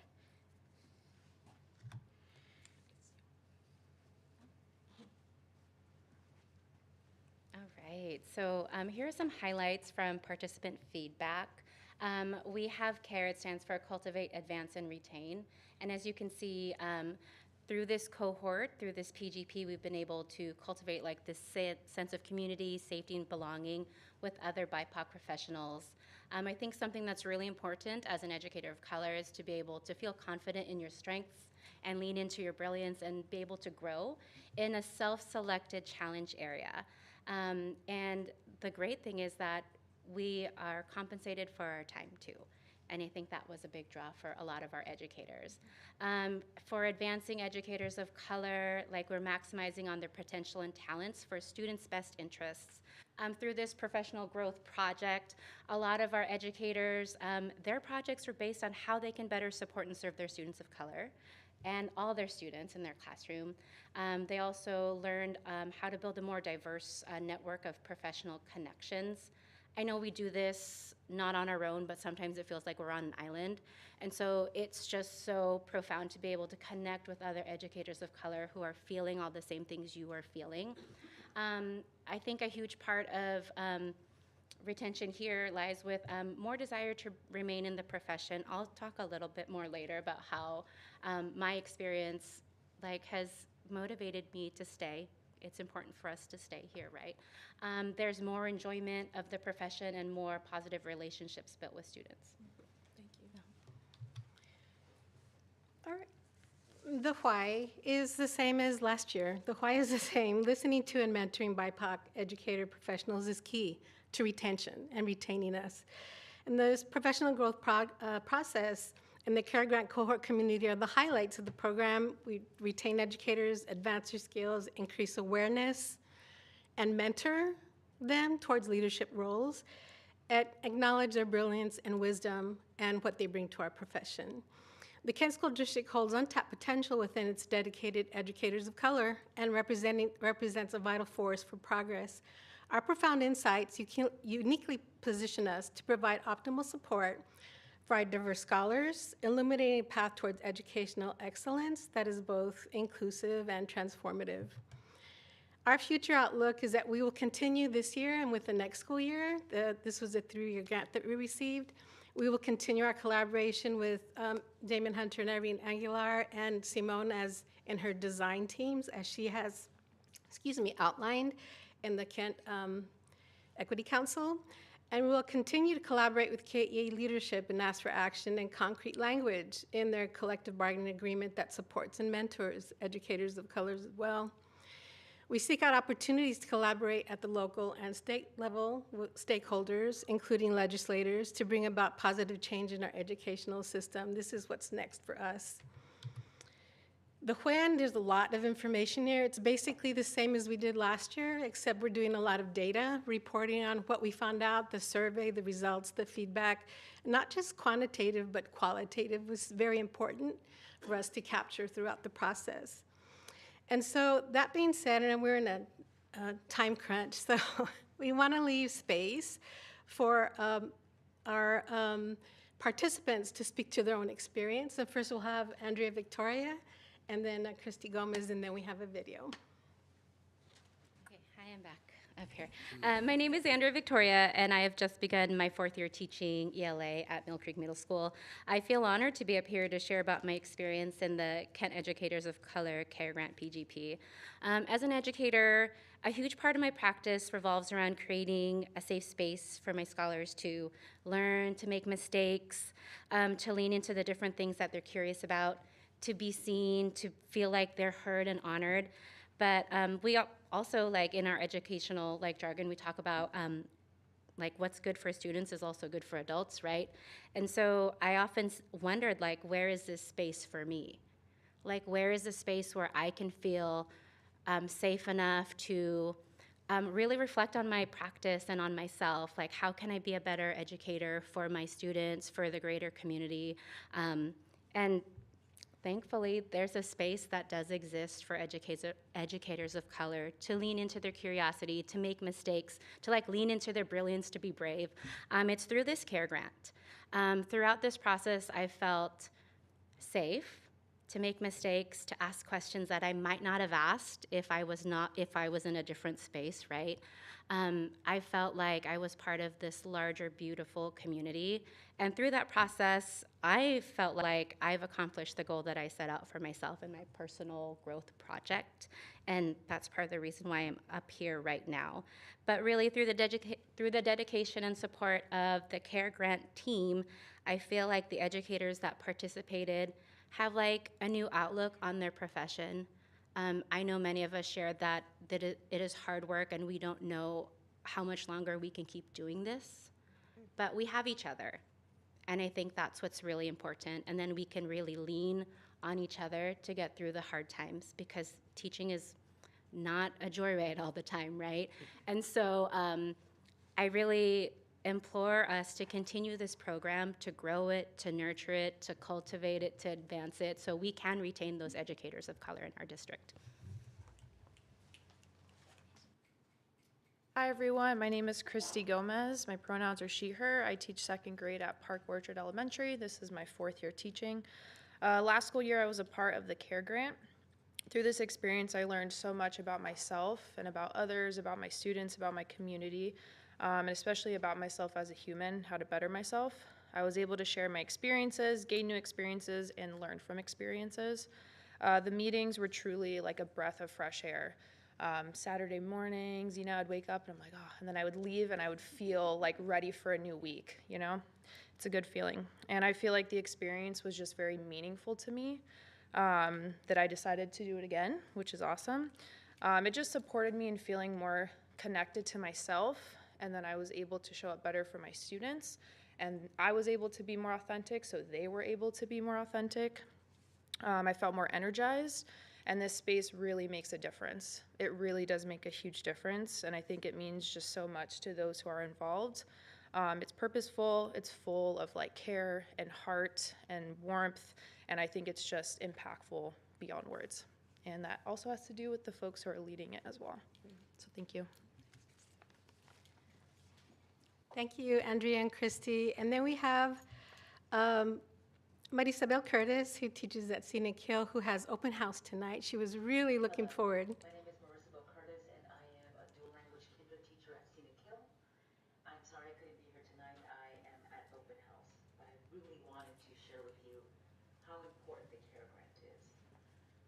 Last year, being my first year, was difficult. I had some idea how hard it was going to be, but I don't think I really knew how hard it was really going to be. My little ones are so precious, and they share with me so much. And at times they would share with me things that reminded me how difficult their lives are. And those things you can't turn off. You take those with you on the weekends, on your trips, when you're with your family, when you're up at 3:30 in the morning thinking what you can do different, how you can be more present, and still have to take care of all the other moving parts that are asked of you as an educator. When I first applied to the CARE Grant and got accepted, after my first meeting, I felt a weight had been lifted. I was able to share my imposter syndrome, my fears, all the other things that were just weighing me down, and to see my peers nodding their heads and agree with me and tell me they know exactly how I feel, it's priceless. Doing this job is really hard, but also being an educator of color and having to move in spaces where you might be one of two or one of three is even more difficult, because you ask yourself, are you in the right place?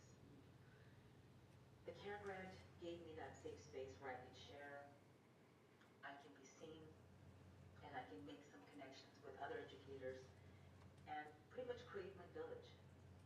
And I thank you for that.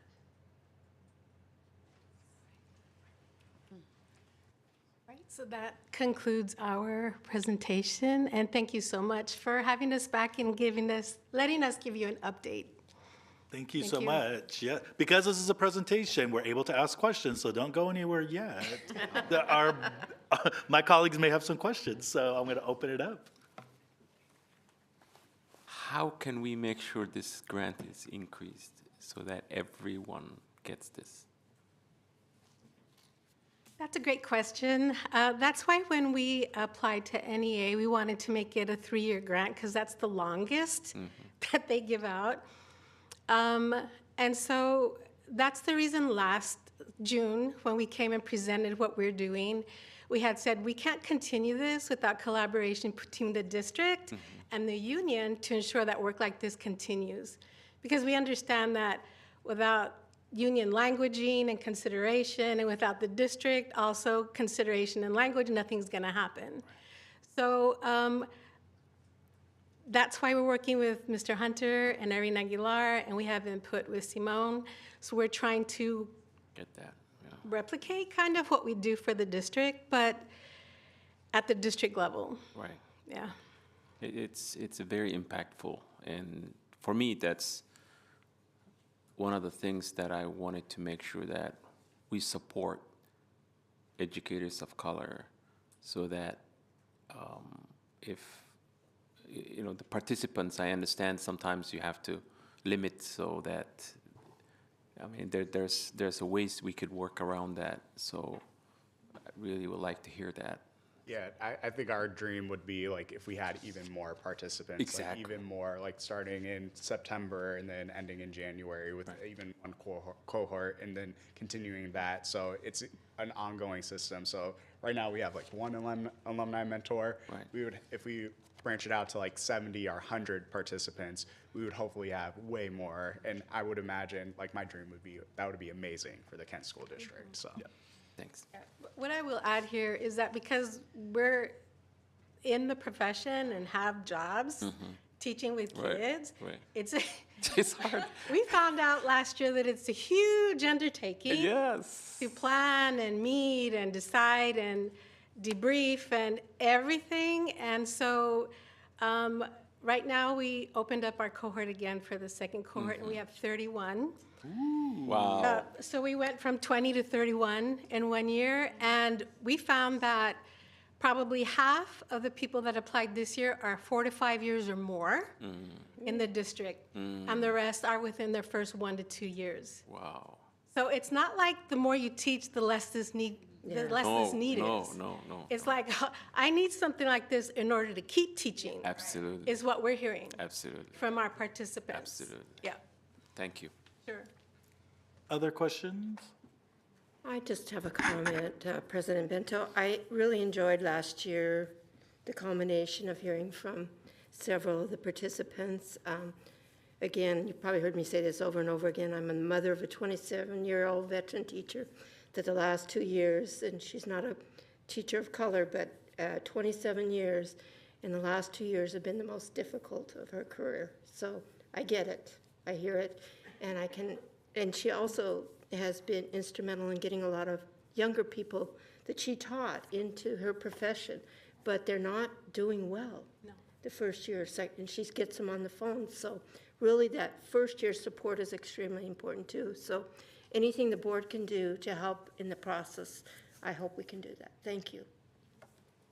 I just have a question too. I'm just curious how, I know you're working with other people here, how the BEST grant is kind of implemented with this. Do you have any answers about, like, what does that look like, making connections with other programs that the district already has? I think we are currently like looking more into that because the first year we were focused on just like getting it off the ground. But we, like the Best Mentor program, I was a part of it.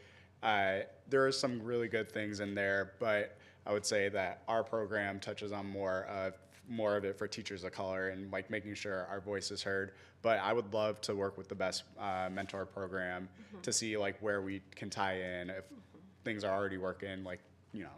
Of course, and then utilize the folks and the money too, and have a space for the educators of color. Like, I think it'd be a great partnership. So that's why it's kind of asking. Yeah. Right. And I don't know how many educators of color they do have as mentors in the Best Mentor program in KSD, but that's a good question. That's a good question to ask. Yep. Other questions, feedback? Because otherwise we're going to take a photo with all the participants who are here. So if we can come up to the front, that'd be I would just like to thank the school board members that did come to the presentation, culminating last year. Thank you so much for being there. Also, Mr. Hunter, Ms. Aguilar, Simone Hamilton was there. So we will invite you again to our end of year presentation, which will be in May, and you can come here for yourself. Thank you so Thank much. you. Yes.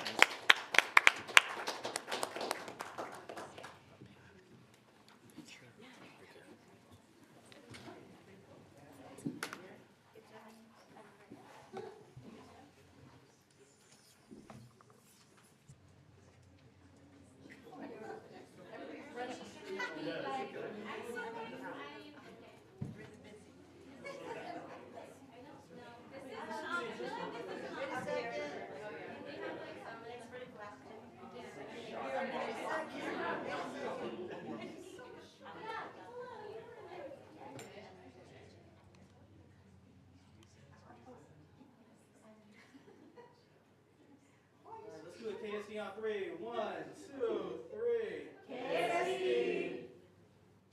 All right. Thank you. Awesome.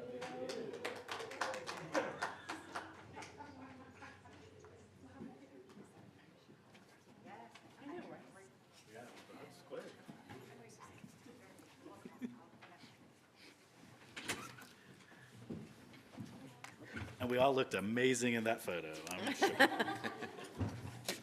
Thank you. You could have just left that. You all look amazing. We're like, period. Time, period. And I really want that hoodie that I see walking out, so let me know where to buy it. All right, so we are now going to 6.0, which is discussion and approval. And we're going to start with 6.01, the second reading and approval of policy 1002, the Code of Ethics and Standards. And I would love a motion. All right, I move that we approve the second reading and approval of policy 1002, Code of Ethics and Standards. Second. It's been moved and seconded. Any discussion? Seeing none.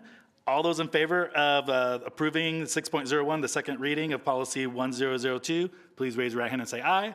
Aye. All opposed say no. No, no abstentions, so the motion carries. 6.02, second reading of approval of policy 1331, audit of expenditures. I move approval of 602, second reading and approval of policy 1331, audit of expenditures. Second. Any questions or comments? Seeing none, I'll call for the question. All those in favor of 6.02, approval of policy 1331, raise your right hand and say aye. Aye. All opposed? None, and no abstentions, motion carries. 6.03, second reading and approval of policy 1400, meeting conduct, order of business, and quorum. I move that we approve 6.03, second reading and approval of policy 1400, meeting conduct, order of business, and quorum. Second. Been moved and seconded. Any discussion or questions? Seeing none, I'll call the question. All those in favor of 6.03, second reading, policy 1400, raise your right hand and say aye. Aye. Aye. All opposed say no. None, and no abstentions. Motion carries.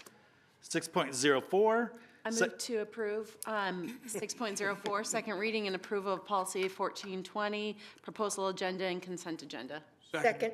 It's been moved and seconded. Any discussion? Seeing none, I'll call the question. All those in favor of approval of policy 1420, which is 6.04, raise your right hand and say aye. Aye. Aye. All opposed say no. None, no abstentions. 6.05. Second reading and approval of policy All right. 1320. All right. I make a motion to approve the second reading and approval of policy 3207, prohibition of harassment, intimidation, and bullying. Second. Been moved and seconded. Any discussion? I did get an email about this and why we're changing the language, and I'm going to put out there that the 30,000 series in our board of policies is specifically student-based concerns and issues, which is why this policy was being updated and why we had the discussion about that. anything else that's an other, like I think personnel is a 5,000 series. So I just wanted to make sure that like the change was not because we don't believe that staff shouldn't be bullied. It's just that this specific section is specifically student issues and concerns. So I wanted to make sure that was out there. Any other questions or concerns? No, and maybe just we can put it out there, and I appreciate the help on these actual policy numbers. 5009, workplace civility. 5010, discrimination and affirmative action. 5011, sexual harassment in district. Staff prohibited. 4220, complaints concerning staff or programs. 3241, 3241P, student discipline. I think it's well addressed. And so thank you for your point on that, President Beno. Other questions or comments? Seeing none, I'll call the question for 6.05, policy 3207. All those in favor, please raise your hand and say aye. Aye. All opposed, say no. And none, and motion carries. 6.06, policy 3231. I'd move approval of 606, second reading and approval of policy 3231, student records. Second. It's been moved and seconded. Any discussion? Seeing none, I'll call the question. All those in favor of 6.06, policy 3231, raise your right hand and say aye. Aye. All opposed say no. None. No abstentions. Motion carries. 6.707, ninth reading of policy 4220. And I think it's very fitting that I move that the ninth reading and approval of policy 4220, complaints concerning staff or programs, move forward. Is there a second? Second. It's been moved and seconded. Any discussion? I thought that we were gonna put it to the next policy. Maybe I misunderstood.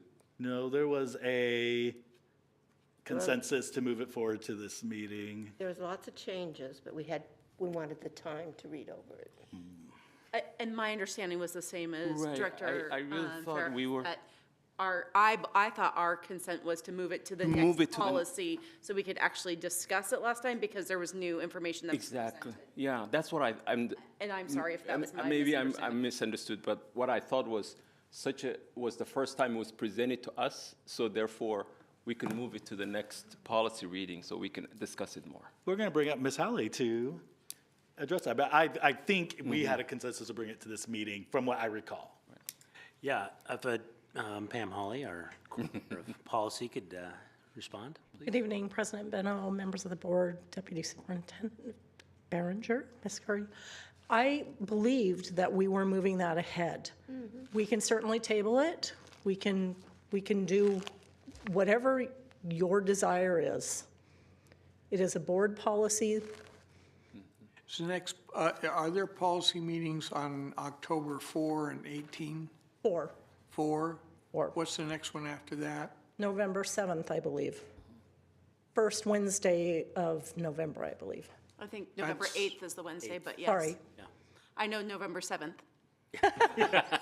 Good. I've seen a couple signs Excuse me, for it. yes, that's a Tuesday for sure. Excuse me, but isn't, the first Wednesday in November is November 1? I'm sorry. I'm sure you're right. Probably. Okay. Well, then I'd move to table till November 1, 607. So not the October meeting. No. You'd have to make an amendment to my motion. Or you'd have to make, We can. You'd have to, in a form of amendment. Okay, I move to amend the motion by making it, By tabling. by tabling to November 1. I second that motion. It's now discussion. It's been moved and seconded. This is where I thought that it was going, so I thought that it was being tabled to a time for us to be able to discuss it a little bit more, and so that's where I'm at.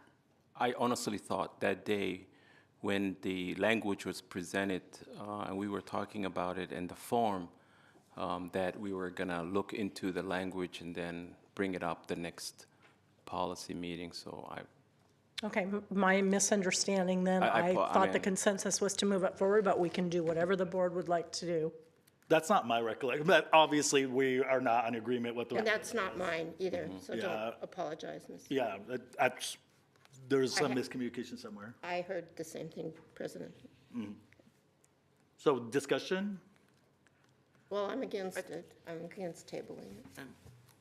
I would agree. I feel like after ninth reading, I had thought that the consensus, and I'm going to go back and rewatch it, but I thought the consensus was we're going to move this to the next meeting, and in the weeks following or before the meeting, we would look at it and see if there was any changes or concerns and bring it up to this meeting to discuss, and then that we would vote for it at this meeting. So that's what I remember for that meeting. I just think after 9 readings, we should just approve it. I'm against tabling it. Well, please, and I hear you, that 9 readings is a lot, but we also want to get it right. And it's not like we've read the same thing 9 times. That's true. Every time we read it, it's something different. Right. So this is not 9 of the same, this is 1 Iteration of time, it. 2 one time, 3 one time, so. And for what it's worth, there's clearly a fundamental structural issue that I'm dissatisfied with because we're mixing things that don't belong in this particular format. So, and it's not the same to me. Can I ask why to the November and not the October meeting? There's clear division on the board, and we need to fully understand and discuss, and time has been limited at this point. Other discussion? I'm fine with whenever the meeting is. I just think that, yes, as much as we can get to a consensus on this, I think consensus building is important. And as much as we can get to that, I think that would be nice for us to be able to get comfortable with the language and the many changes along the way and be able to get to something where people are hopefully happy with the ending of it and not just we happen to have one more vote than another side. And that's what I feel like at this point we're still at. Other discussion? Well, I mean, I already said I disagreed with that, but I think putting this off to November, I mean, are we gonna have a work session in October? I mean, I don't get it, but I mean, that's what the motion says, so. I mean, you have options for this motion. Yeah. Maybe that extra time would be good for everybody to review because things will be going out this week for the next policy work session that maybe there's not enough time. I'm not sure if the board feels that way or not. I know it's been moved and, motioned to go to November 1st. I mean, this policy, I don't even know what to do with this policy anymore. It's become something that we just can't get over it. And it seems to me that right now we should just make sure the language that, Director Hamada has presented to us, we read it and understand it. So therefore, when we're making a decision, we're making an informed decision. Because what I remember was last time was the first time the language was presented. And it wasn't like I didn't agree with what was said on that language. It was just that we needed more time to be able to digest it and then understand it so that we can come back. Therefore, I mean, if it's going to be tabled in November, more the merrier, we can have more time to make sure that when we come back, we're ready to discuss, and therefore, if need be, changes and move on. That's where I stand. I guess I just feel like in education, a lot of times we just spin and spin and spin and spin, and we spin forever, and decisions are never made.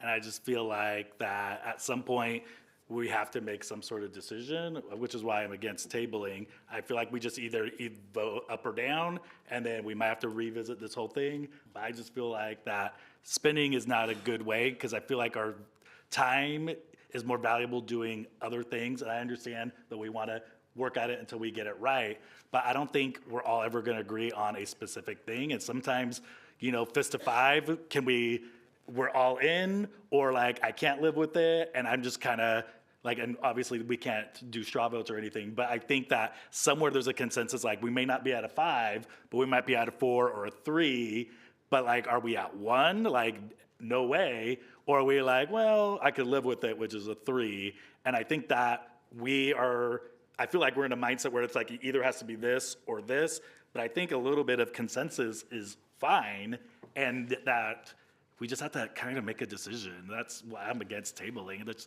I feel like we should just vote on it. And I hear you of saying, but it almost feels like there's two different arguments there, because the idea of being, you know, the fist of 5, right? You know, where we're at, that can't happen here today with how the structure is. For us to be able to get there, we have to bring that to a work session where we can actually have a discussion. And I think that that's what we're talking about. I mean, conceptually, can I understand the words?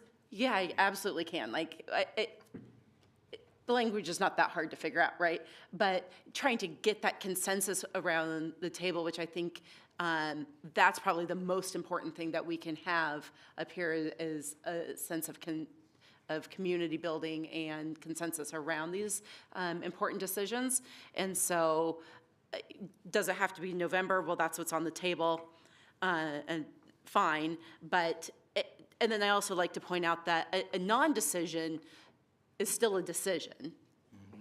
And so we're still making a decision no matter what we're doing.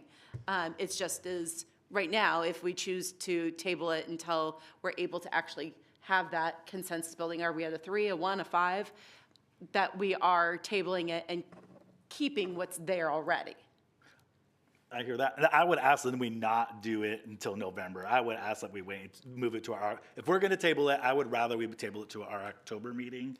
You can make an amendment to the amendment. I will be happy to do that. So I would move that I amend the current language on the floor now to, instead of our November 8th, or November 1st, we move it to our October 8th, 4th meeting. I second that amendment to the amendment. And now that's open up for discussion. Yeah, because, I mean, if we do this in November and we actually get to something we want to bring forward, we only have one meeting before we have a changing of the guard, and then we'd have to could potentially start over with a very different makeup of this board. And then they'd have to start from square one.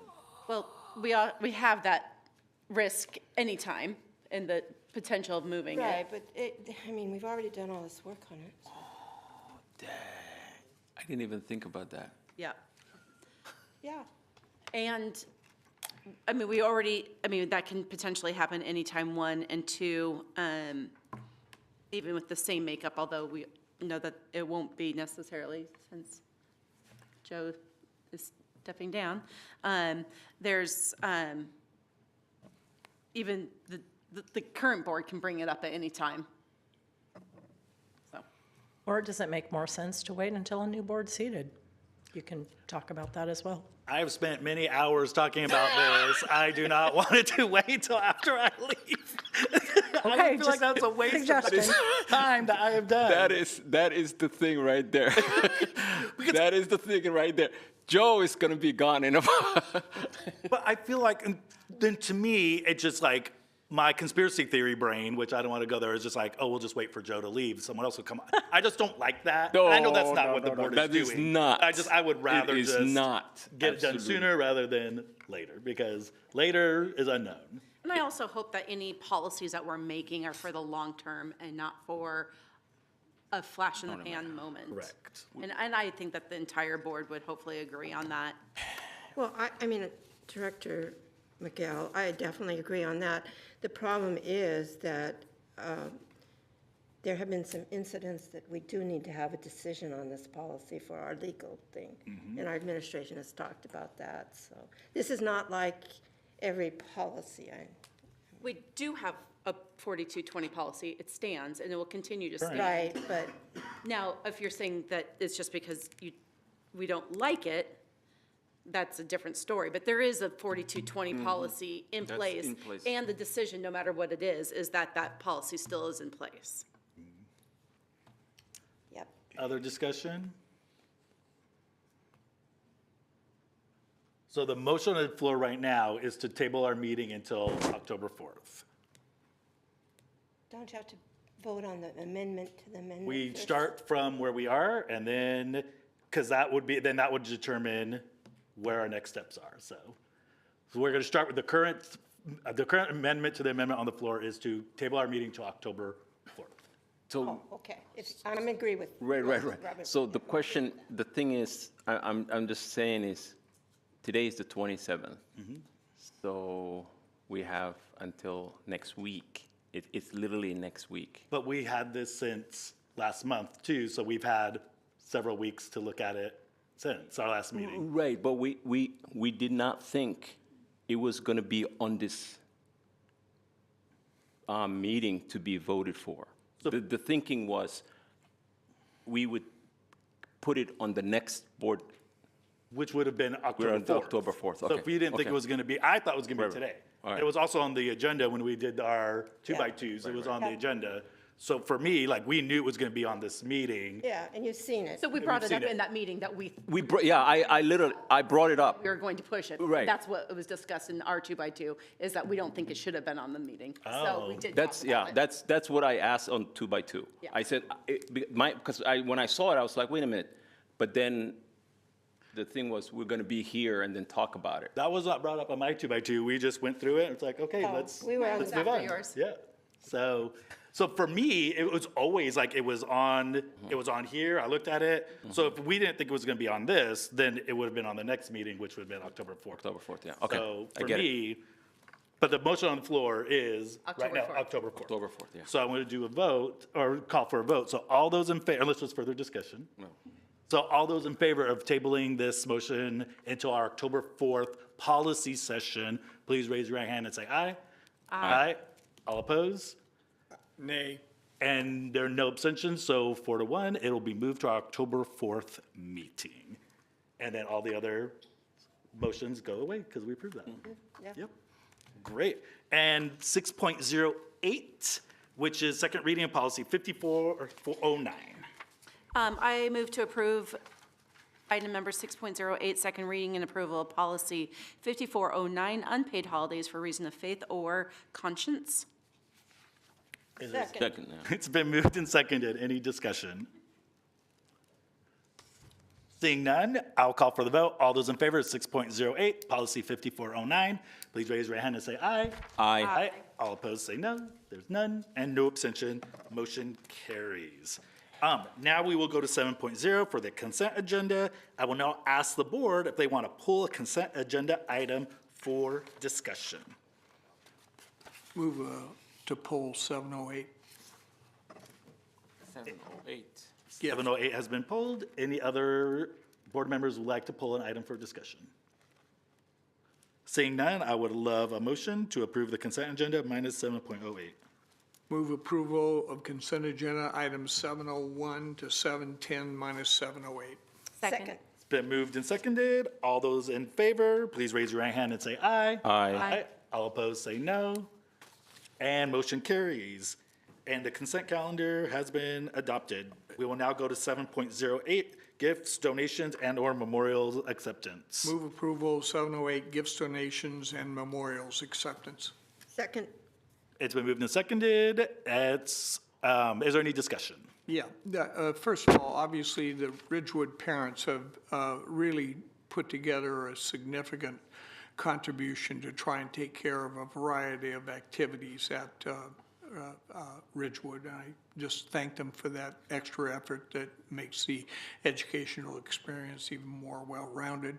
I want to say thanks to Sherry Conway for her contribution of $5,000 for purchase of library books and student incentives at Scenic Hill Elementary, and acknowledge Dorian Photography for their donation of $500 worth of student supplies at Fairwood Elementary.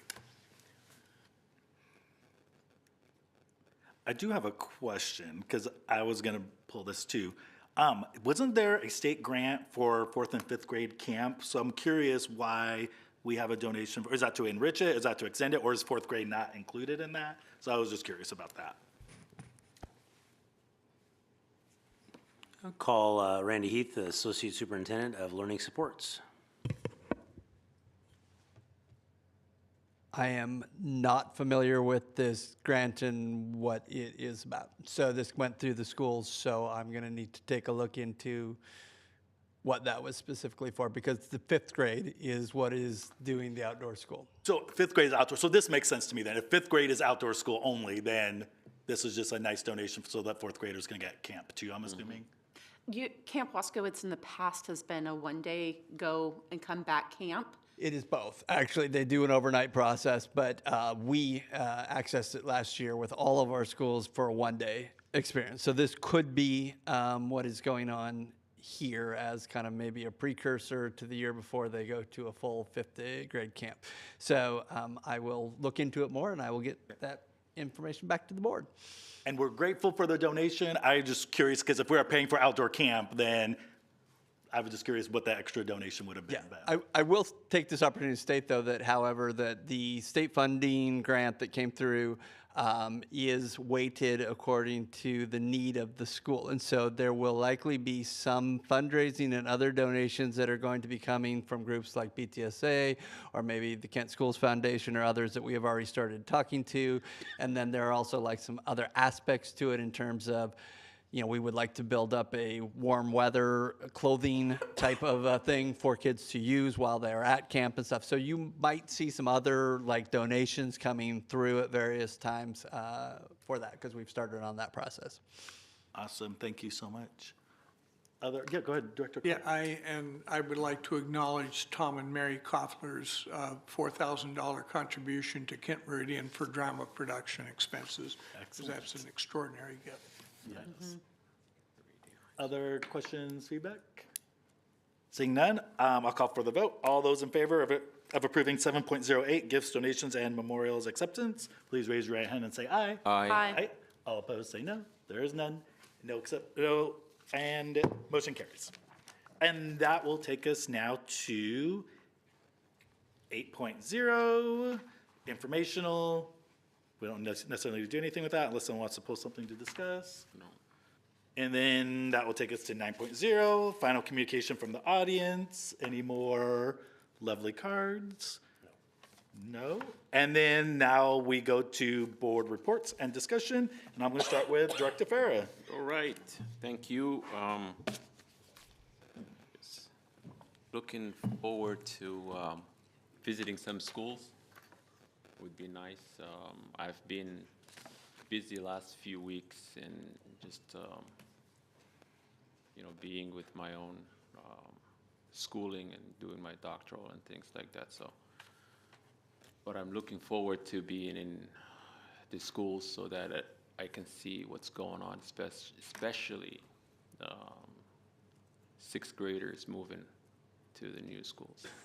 I have had few discussions with immigrant families and kind of explaining, the move and the border changes and things like that, so that they can kind of get comprehensive understanding of what that entails. Some of them were a little bit confused, and so I had to explain that a little bit.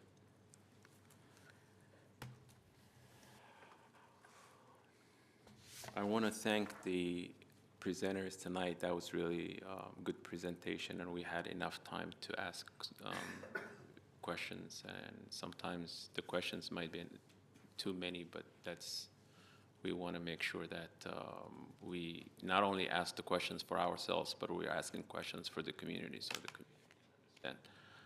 And I also want to thank last week's work session. I really liked the way it was presented and how we were sitting close to each other in that format. If we can, I know it's difficult to do it on a meeting nights, but if there's other nights that we're just doing a work session, we'd like to do that. And I will not conclude my report without thanking the staff of KSD. I just want you to know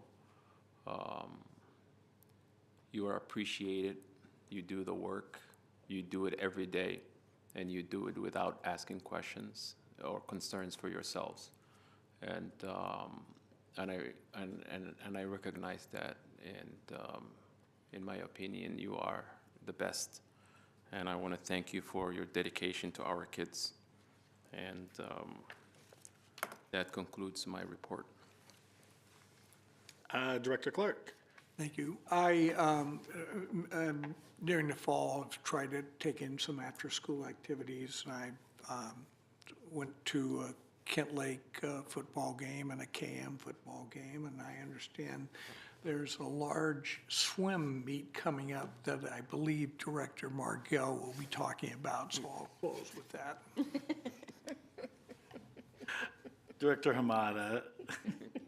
Well, I'm not talking about swimming tonight, I can tell you that.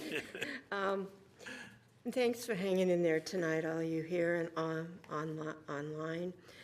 One thing that was interesting to me is I went through, our superintendent gives us a pretty in-depth pages of what's going on in the district over the weeks.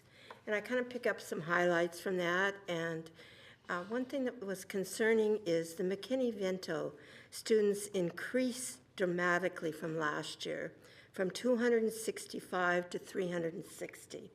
That's a 95 student increase.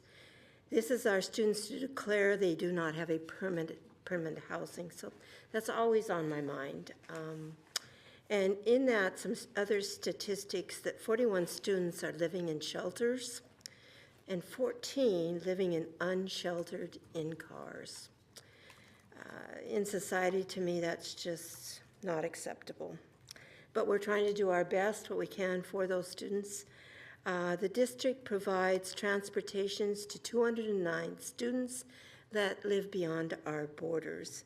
157 of those are transported by car and 50 by bus. So those are some interesting statistics to keep in mind. One of the things that I thought was really good is store cards were provided to 18 families to purchase clothes, school clothes, and personal items from an American Rescue Plan for homeless children and youth grants. So that went to a lot of those kids that really need it. There is a grant that we did receive,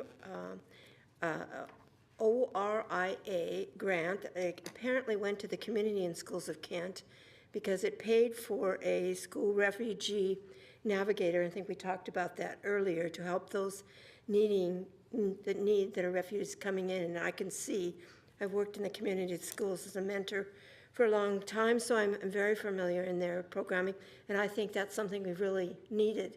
And anything we can help our people coming in as refugees, they need it. They just need, sometimes their whole family can need it, you know, if we can give them that help. And there will be a test October 5th for World Language Proficiency Test.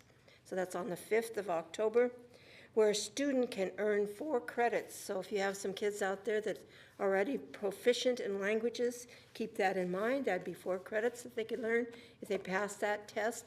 And also, which I watched in all the graduations, there was a large number of our kids that would stand up when they said they got a seal of biliteracy at graduation. So that's also added probably to their transcript and another accolade there for their achievement.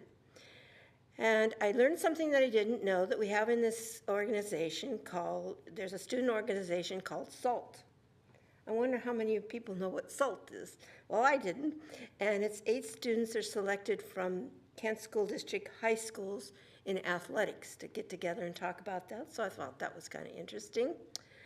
On the horizon, with 6th grading moving up to middle school, there's going to be a forum to evaluate which athletics and activities the students are looking to get into. So that kind of goes along with our work session today that was very nicely presented, but talked a little about the athletics and sports. And I hope if I'm successful in going on to the district and the WASDA committee, that I could learn from what we can get from our state and WIA and learning all about that. because I'm actually interested in sports.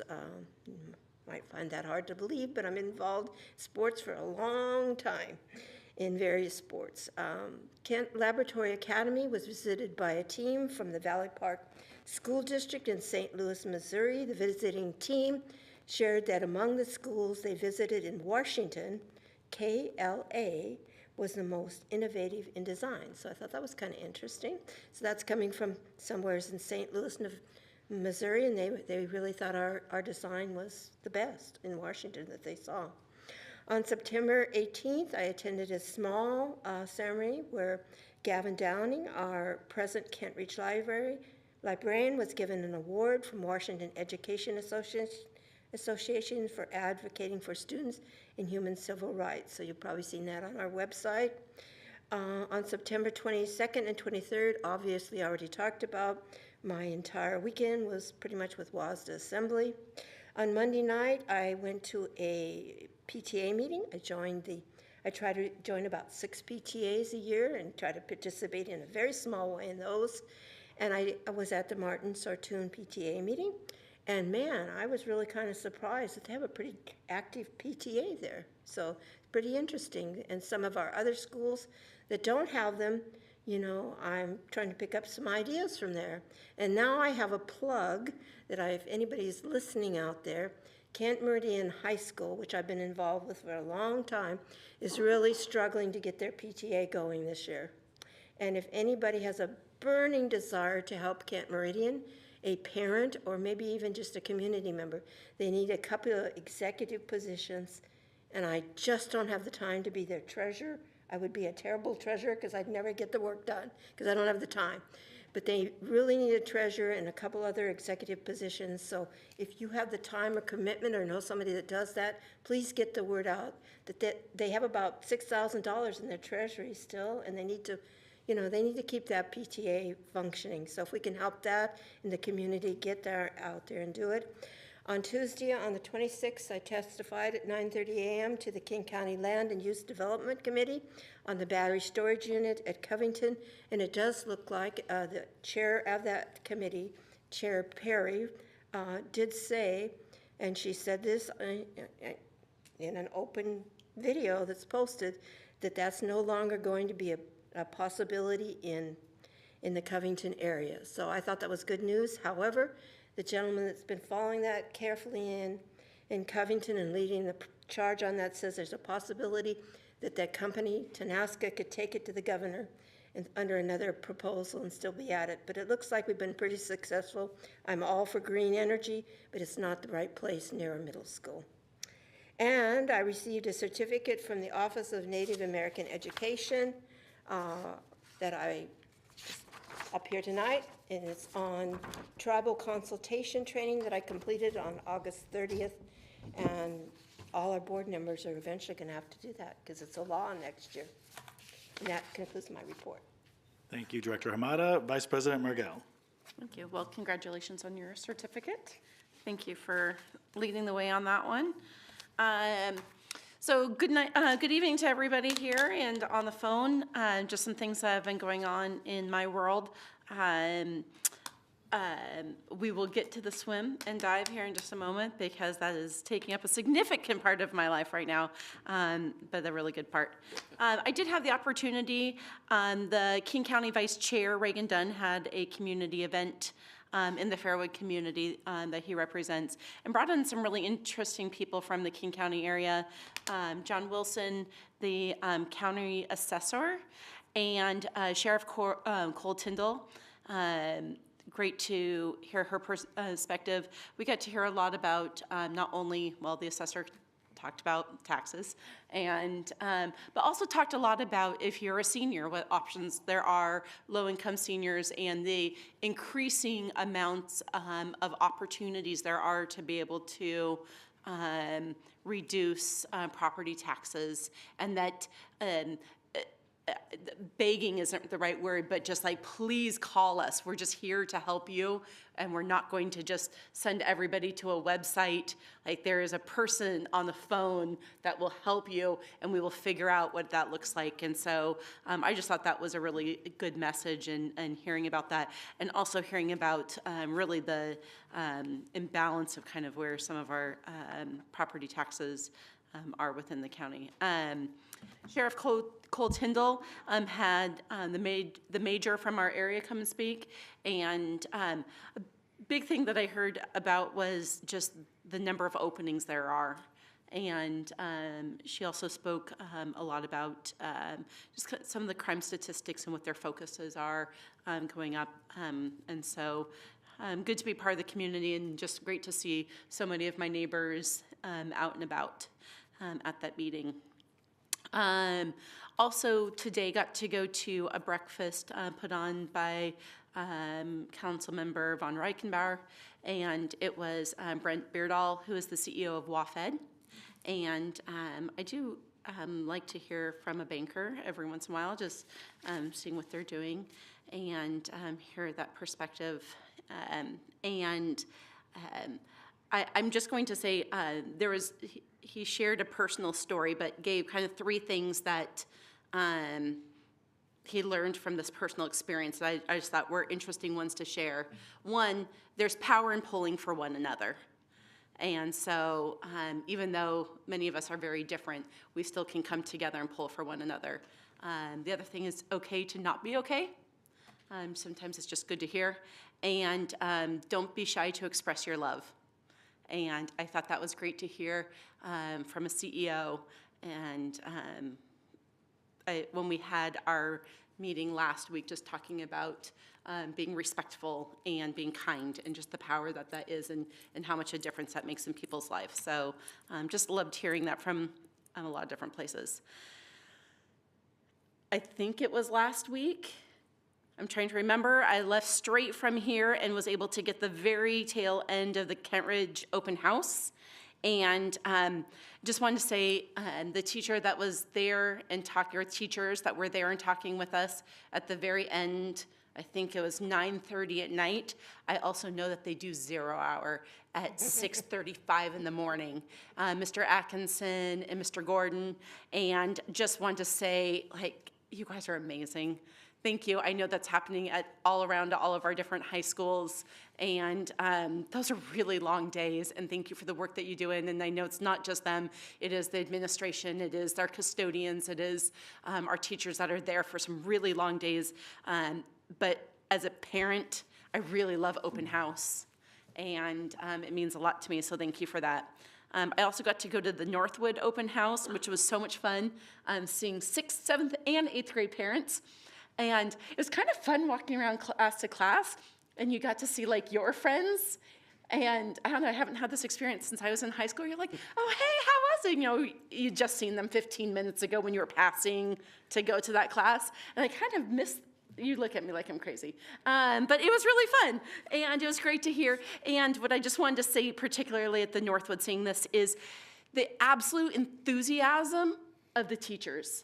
Like, those teachers were bought in 100%, and I'm so excited that who's teaching our kids, and I was just excited in every single class without one exception. Just the absolute professionalism and excitement from the teachers. Super fun.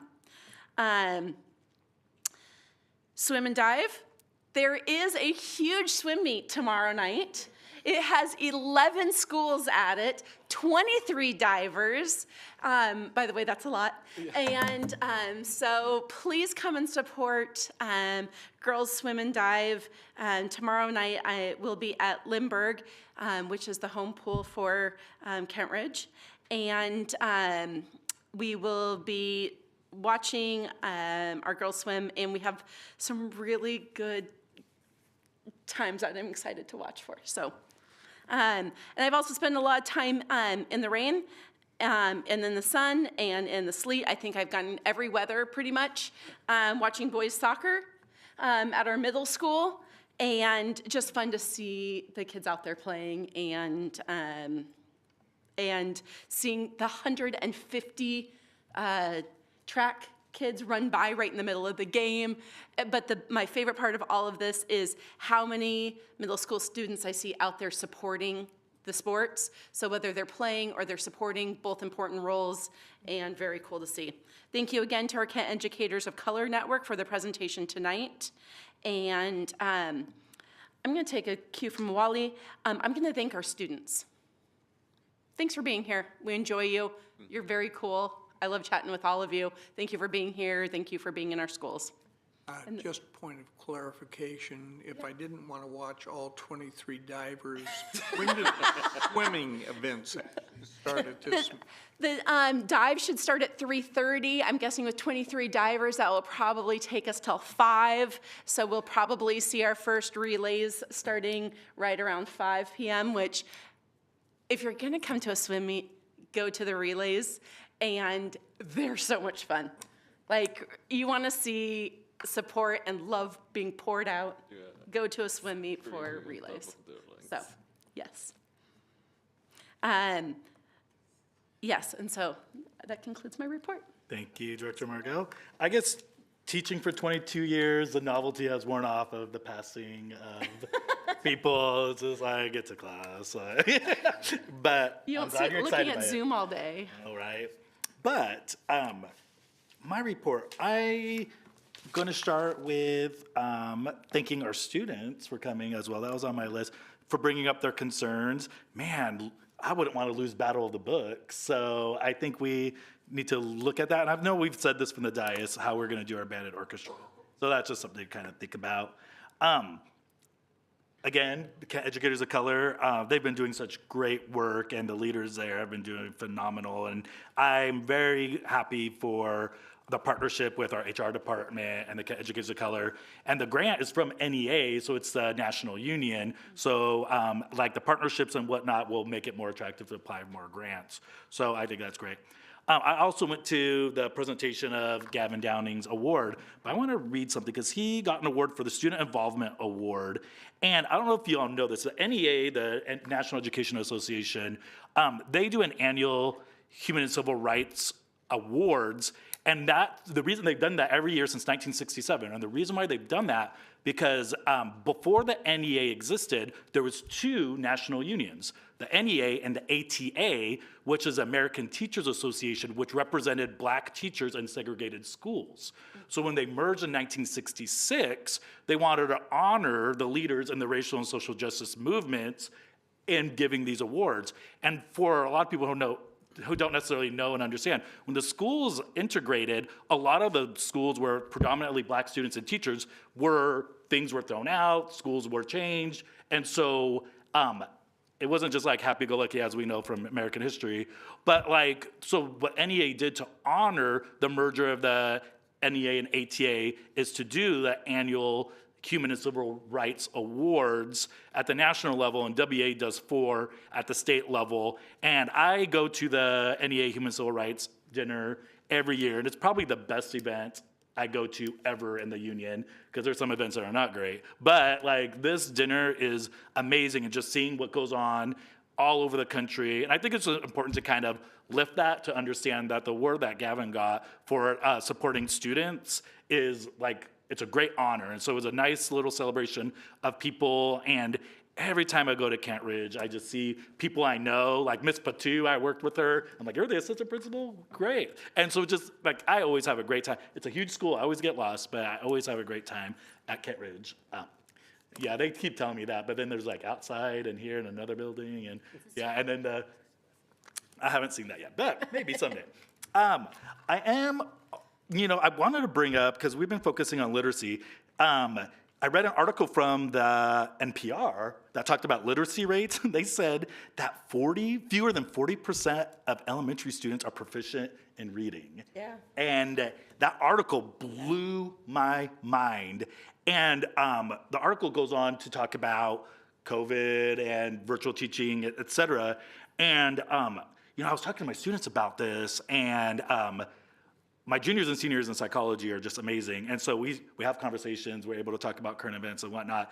And I brought this article up and they talked about the digital age and distractions and it's why it's important. Like, it's not just a curriculum. Like, I know we adopted a curriculum, but like, it's not just a curriculum. There's so much stuff going on around and just the importance of good teaching and learning that's happening in our classrooms, which is why professional development and training is so important so that the educators have what they need to support students. But that statistic blew my mind.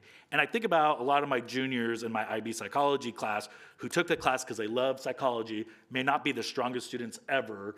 And to me, that doesn't matter because I always say take all, bring it. If they want to take psych, take them. I don't care about test scores. I don't care about whatever. If they just love the subject. And the students in my class love the subject. We connected to current events. We started criminology today. They're very excited about talking about criminology. So just thinking about that statistic, what can we do to support our students? And a lot of what I hear from students is just like how they feel at school. So the cell stuff that we've been talking about. And just conversations about their interactions with educators. A lot of them are pretty negative, and it's not that teachers are bad or whatnot. It's just sometimes that we make assumptions about students, and I think that I always make connections with students. I always want to connect with students. I always say you can't teach who you don't know, and so that's how I find out, minus IEPs, minus 504s, but some students don't qualify for either, but they still need other supports, and so, all that saying, that article kind of scared me a little bit, and I hope as we move forward in a mindset, it's not just curriculum. Like the students, we care about our students, we want to support them, and what are we doing? I feel like I say it every meeting, wraparound services. What are we doing to support our students? And I know we're trying to do lots of different things. But look up that article is kind of shocking to me. I'm hoping in the next upcoming meetings that we talk about walking boundaries. I know we had a student who has really exciting dress code presentation. I was hoping we could talk about that at some point at a work session or a policy session. And you know what? This proposal from Kentwood High School students, how amazing is that? Leaving a mark in the community, getting street names changed, painting, that's all great. Even though that's not necessarily our jurisdiction, but what great leadership from the students to come, talk to us scary selves up here, and to be able to present a proposal that they worked hard for. And that's really honorable, and I'm really excited to kind of see where that goes. And I am excited to help them paint. Oh, I didn't say you weren't excited, say you weren't good We're at it. We're not good at it. No. But we can't sing either, but they make us sing at the holiday thing. So, but it's fine. It's fine. It's fine. It's fine. It's fine. We'll make it happen. I